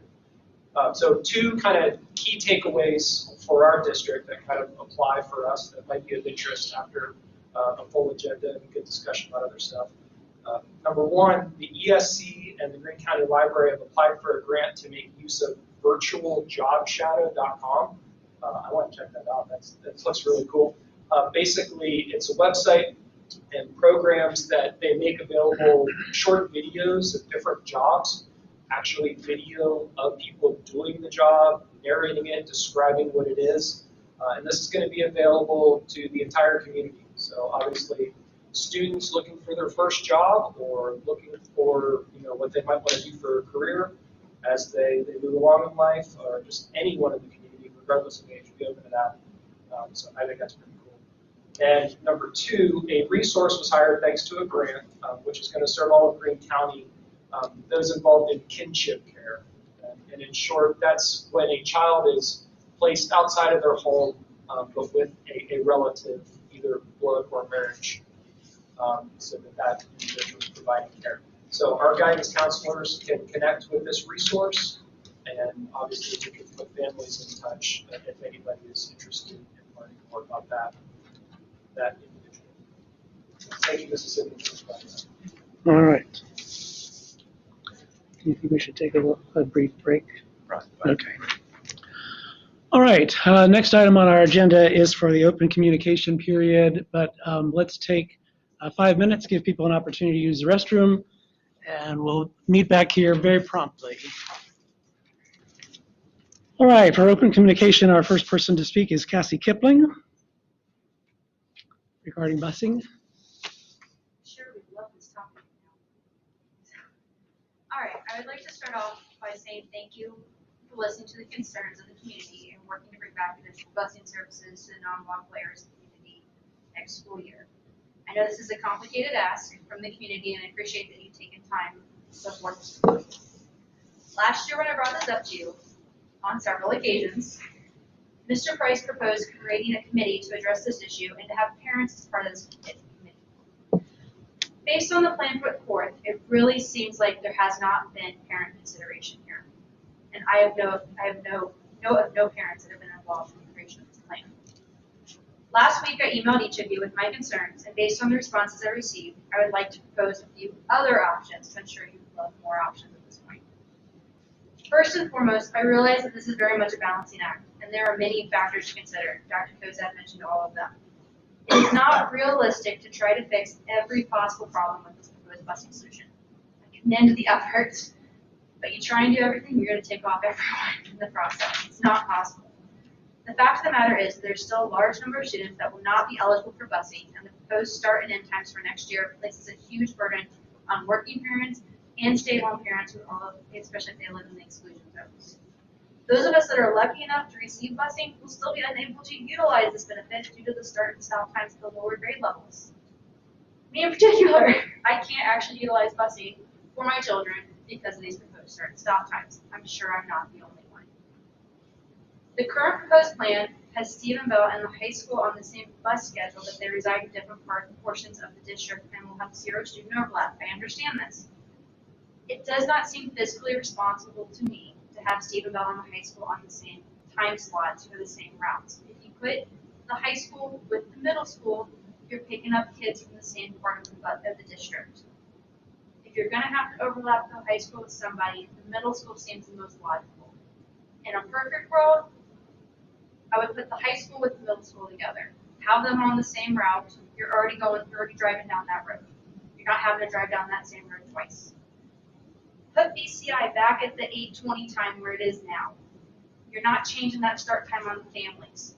Keep Stephen Bell at the 9 o'clock start time. You're not changing anything on them. The only one that's actually changing is the high school and middle school. You were already shifting the middle school earlier. Just put the high school on the same time as the high school and leave BCI where it is, leave Stephen Bell where it is. Parents are used to these schedules at this point. It's more doable. You have the older kids getting home first. They don't need watched. Put the next group of kids that have the lesser amount of supervision. They don't have to be taken off the bus by a parent. They can get off the bus themselves and walk up the driveway. By the time the last group of kids get home, the parents are typically home from work and can deal with that. And I've really deviated from what I was going to say.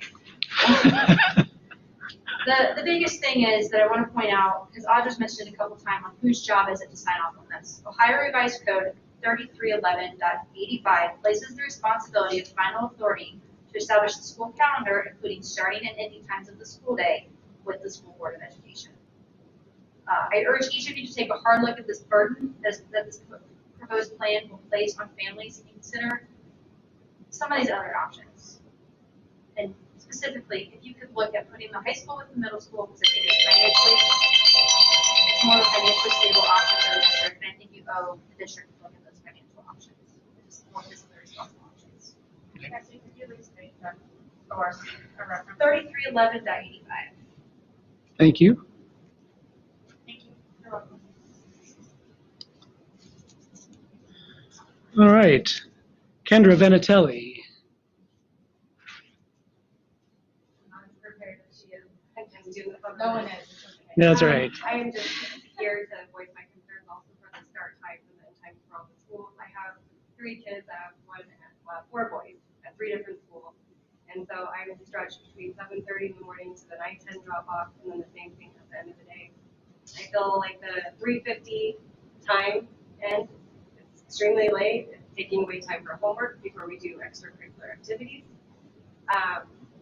Basically, what you guys had said really summed up how I felt. I thought you guys had some good ideas.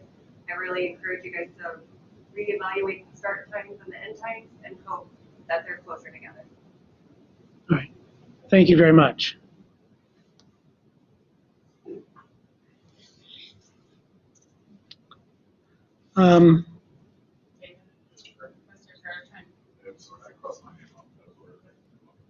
Oh, anyway, okay, come on back up. And this is just from an educator's perspective. As a high school educator, and I don't mean to go against what you guys are saying, but I was here when we started at 7:30 in the morning.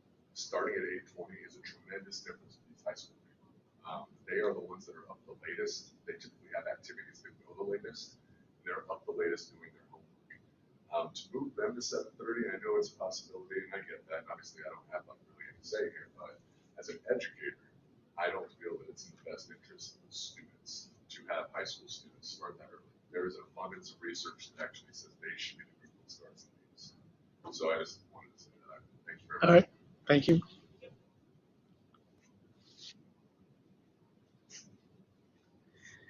And Tricia Budlinger? Budmeyer. Oh, okay, sorry. That's always the danger of having to read off a name. Hi, well, I'm the first time to in-person meeting and doing something like this, and I can tell you there are many, many people talking about this out there that, like you said, we're reading the Facebook, but we don't comment. We need to send the email, but we're running around, and all of a sudden the week got past us, and we meant to, but didn't. So the start time is what I'd like to talk about as well, and it's a repeat, but it does go to show you as well that it does matter to us. And I guess I'm most concerned about the middle school start time. And I just thought, my husband and I were talking, and there was one thing that we thought hadn't been talked about, and that's about efficiency. A big thing that you talked about tonight was the traffic and alleviating, well, any kind of busing that you bring, I don't know how many cars that would eliminate each bus that you would bring back.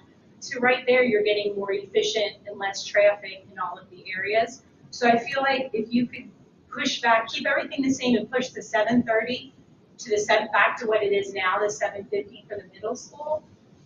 We're used to that, we've adjusted to that.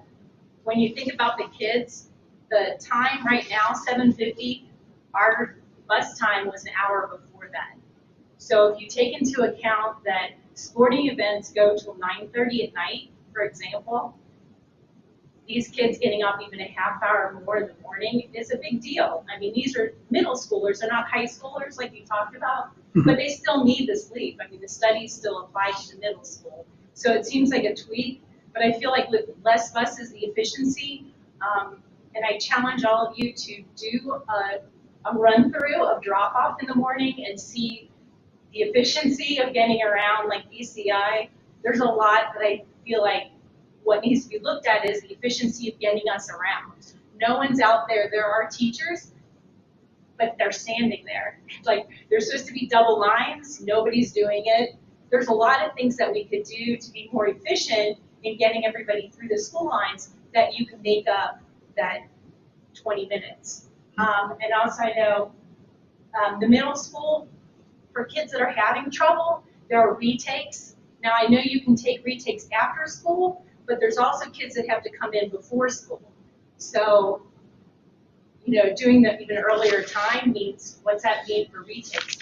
That means even earlier for those kids, and those are the kids that need extra help. We should be looking, and our number one priority is education. So I think in the whole scheme of things, it's what's good for the kids. So I really feel like the 7:50 time with the efficiencies and seeing if we can do something about getting the people through the schools. Now that there's even less people, hopefully to come through, if you can get the more busing, that way that can get us back to just pushing the middle school with the 7:50 time frame. And I think most of us would be happy because we've already adjusted to that at this point, then pushing us even earlier. Okay, thank you.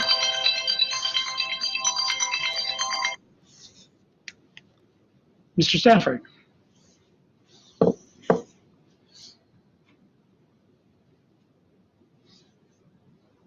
Hello, my name is John Stafford.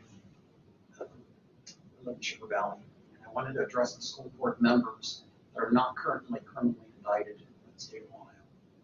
I think this idea that you are considering spending public funds to defend those that have been criminally charged with illegally spending public funds is unbelievable. This is a slippery slope for you folks. When I came in 2019, I talked to the school board about mismanagement, illegal use of public funds, and possible criminal conduct. And the board chose to not listen to me. Time has proven that everything that I talked about was correct. Anyone who decides to spend public funds to defend those that have been criminally indicted, I think that you are exposing yourself to possible criminal conduct, which is similar to what they have already been charged with.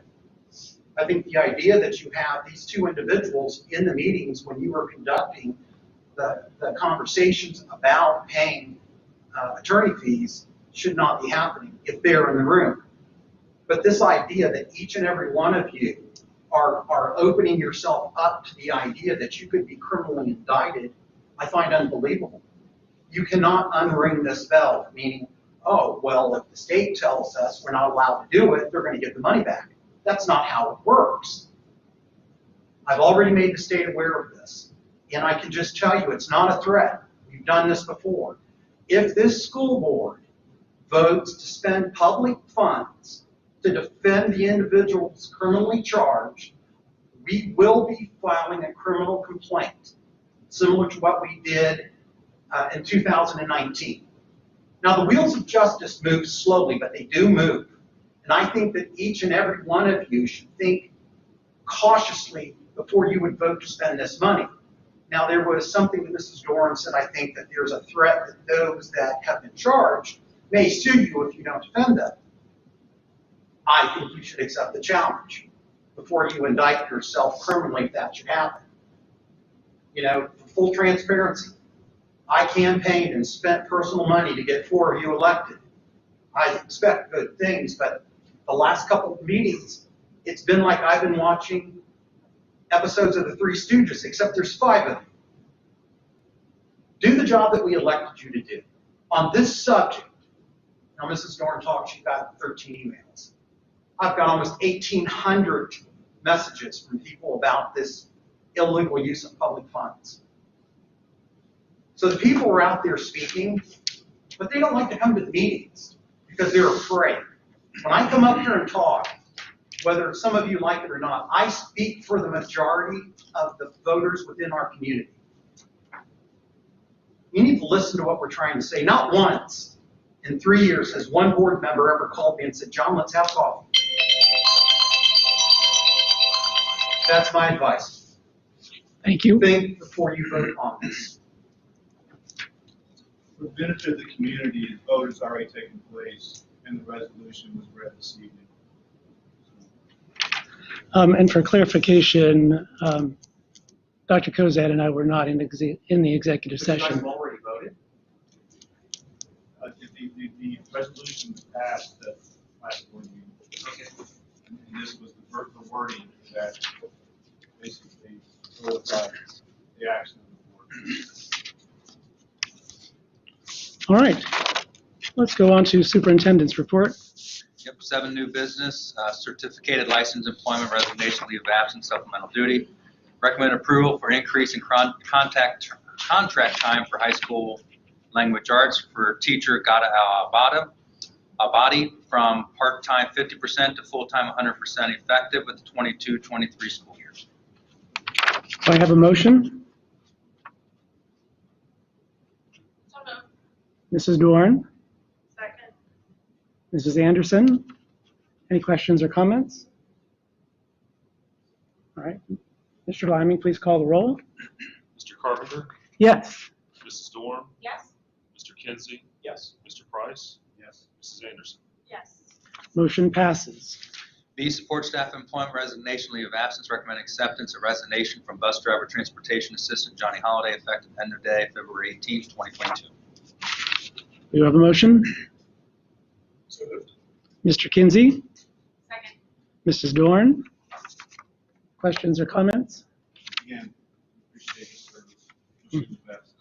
Yep. And appreciate his letter. Those are great. Yeah. Legends. And legibly, yes. All right, Mr. Liming, please call the roll. Mrs. Dorn, Yes. Mr. Kinsey, Yes. Mr. Price, Yes. Mrs. Anderson, Yes. Mr. Carpenter. Yes. Motion passes. School calendars recommend approval of 2022, 2023, and 23-24 district-wide school calendars. Those with start date of August 15th, 2022-23, and August 14th, 23-24.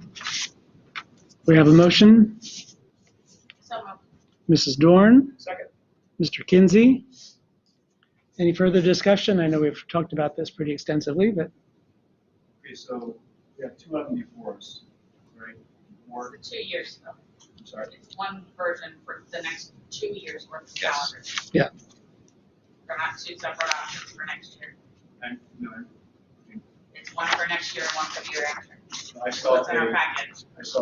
board and the SCA. Right. so true, The yes. board one, August 15th start date for next year, and August 14th start date 23-24. Yes. Okay. Yeah, it just wasn't clear to me from what's here in the agenda, this one we were What looking at. calendar Oh, we're the approving. board, the We board can note the board proposal. proposal calendar.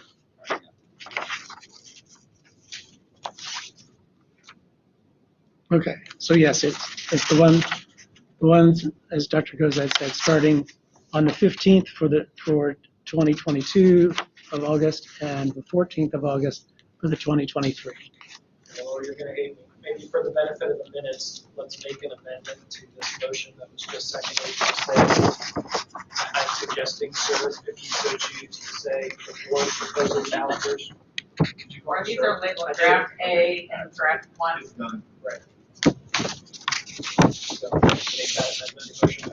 The motion would be in the resolution to specify that we are voting on the board proposed calendar. Second. A second from Mr. Kinsey. Any discussion on the amendment? Okay, then we will vote on the amendment. Mr. Lyman, would you please call the roll on the amendment? Okay, Mr. Kinsey, Yes. Mr. Price, Yes. Mrs. Anderson, Yes. Mr. Carpenter, Yes. Mrs. Dorn. Yes. Amendment passes. And any further discussion on the motion? All right, then please call the roll. Mr. Price, Yes. Mrs. Anderson, Yes. Mr. Carpenter, Yes, Mrs. Dorn, Yes. Mr. Kinsey. Yes. motion passes. All right, we're getting good at this. All right, items of information and comments. we'll reach out to Mr. Price on the school zone lighting. Okay, let me talk first, and then I'll refer you to February 8th. So again, February 8th, and that was, as I alluded to earlier, all the meetings, out of the concerns, which I see, and not just me, just listen to parents, and listen to most notably our crossing guard, Cheryl Mill, God bless her, who goes out there and does combat zone out there on the Feedwater. I've gone out there a few times, talked to her, and a few days when she was out, I went out there and did the meeting myself, and it is bad. It is really bad. And in leading up to that meeting that we had on April 8th, I did the research, did some research. Insurance Institute, highway safety, they're not political, this is just the facts, these are the safest cars, these are whatever. And so again, tremendous increase in fatalities, not accidents, fatalities between 2009 2018. And this is the pristine example of what they're talking about. Arterial roads with no intersection. So what I am confident of is we met that day with throughout the county. There is no solution. The best we can do is take multiple steps to mitigate what is an inherent and pervasive risk. It is not, it's never going to be eliminated. It's impossible.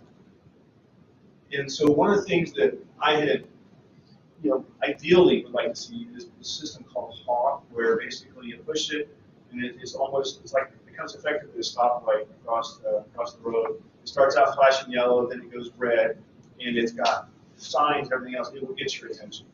When we met there 2 years ago, we met with the county. They said, "Oh, you can't use those." Blah blah blah blah. Well, it seems like now guidance has become clear that yes, they can be used. I was just in Tucson, Arizona last week. They're all over the place, and they are very effective in getting traffic stopped. That is a potential long-term goal. Okay, that's not something we can snap our fingers and have it done, and there is still a question about whether it's going to be approved for federal and state standards. But one very interesting discussion that came out of the meeting, it's something I've driven by it for a decade plus here, never really put it together. Our school zone lights on feed wire are about 15 or 20 feet high up in the air. And nobody really knows why, other than somebody thought it might be a good idea to put them up there, and they did. And the standard, it turns out, is not 15 or 20 feet, it's 7 feet. So those lights should be moved down to 7 feet above the ground. And the township and the engineer talked about, okay, let's talk about that, and it's, one or both of them will take action, I believe, without much difficulty, is to moving those lights. So Ness, thank you. She came with an example. We had asked before, I'd asked council before about whether a flashing speed monitor was possible in association with the school zone. So what you see over on Clio Road there, I generally try to follow the speed limit. I'm not perfect. Okay, so I'm the guy who goes 5 over generally in some places, not typically in neighborhoods. Those signs get my attention. They really do. If I'm just not, just listen to the radio or whatever, and just lights starts flashing at me, I pay attention to that. And I think most people that care about their speed do indeed take note. The problem seemed to be that you could not have one that was variable in speed, so that you couldn't just, you had to be this for school zones, and then later in the day make it work 45 until 2. It turns out, did a little bit more homework, I actually invested it. But once I got pointed to it, I talked to this particular company that sells a system. We see examples of here. This is pretty amazing. And the next thing I thought, oh my God, it's going to be really expensive. Turns out it's not, and I'll talk basic numbers here in a few minutes. But the beauty of this system is that it is fully programmable, it's remotely controllable, it actually records the speeds, and you get a really good measurement of how traffic is actually reacting with the light, without. You can combine it with messaging. And so the example that Janez brought, you had the school zone light here 20 miles per hour, and then this speed monitor was directly below it. And it turns out they're not really inherently one unit. We could keep our existing school zone light, move this, and install that 7 feet above the ground, and put the speed monitor below it. And I think probably what would be the most effective thing, rather than having it work all the time, like it does, because then people just kind of get bored, they don't see it anymore. This thing is smart, it's programmable, it can just come on in conjunction with the school zone lighting, which is our concern as a school board. In general, I like for people in this community to obey speed limits, but from the school board position, I can't really influence that. So this thing could come on, and it would, you put nice little smiley faces, or thank you, or hey, slow down, or devil symbols if people are speeding, or whatever. It literally has some programmable features to it. I think it's just messaging, but we'll see if there's an emoji we can put there. Say I called the company, and I was very surprised. I'm literally thinking $10,000 each, $15,000, because the township told us that the one they had over there in front of the Sugar Creek Police Department, battery powered only, they said it was $5,000. So when you start thinking about one that can actually monitor, that it's remotely controlled, transmits information, I'm thinking, oh my gosh, we're looking at 15,000. No. They recommended the 12-inch model, which you see here. I'll circle it for you on this picture. It's the evolution 12 FM for areas where there's 45 miles per hour speed limit. That's what they recommend. But obviously, we're 20 during school. But if people are approaching it at 45 or 50, because they don't know the school zone exactly yet, we have to reflect that size. So that one, you've got two options. You could use battery and solar power, and I thought, well, maybe that doesn't work so well. He said, no. Once it's charged, it will charge quickly from the sun. It goes for like 20 days, from the charge. So charging the battery is good for 20 days, and it recharges quickly off of the sun. Those with mounting and everything, I think it's around $3,300 or $3,400 each. So you could, for feed wire, we could address this for roughly $7,000. Now I know, the response would be, well, let's check with the county, let's check with the state, let's check on this grant and that grant. Okay, we'll be talking about this next year. If we as a board would move on this and authorize school expenditures for it, the company said you can get the system in about 4 to 6 weeks.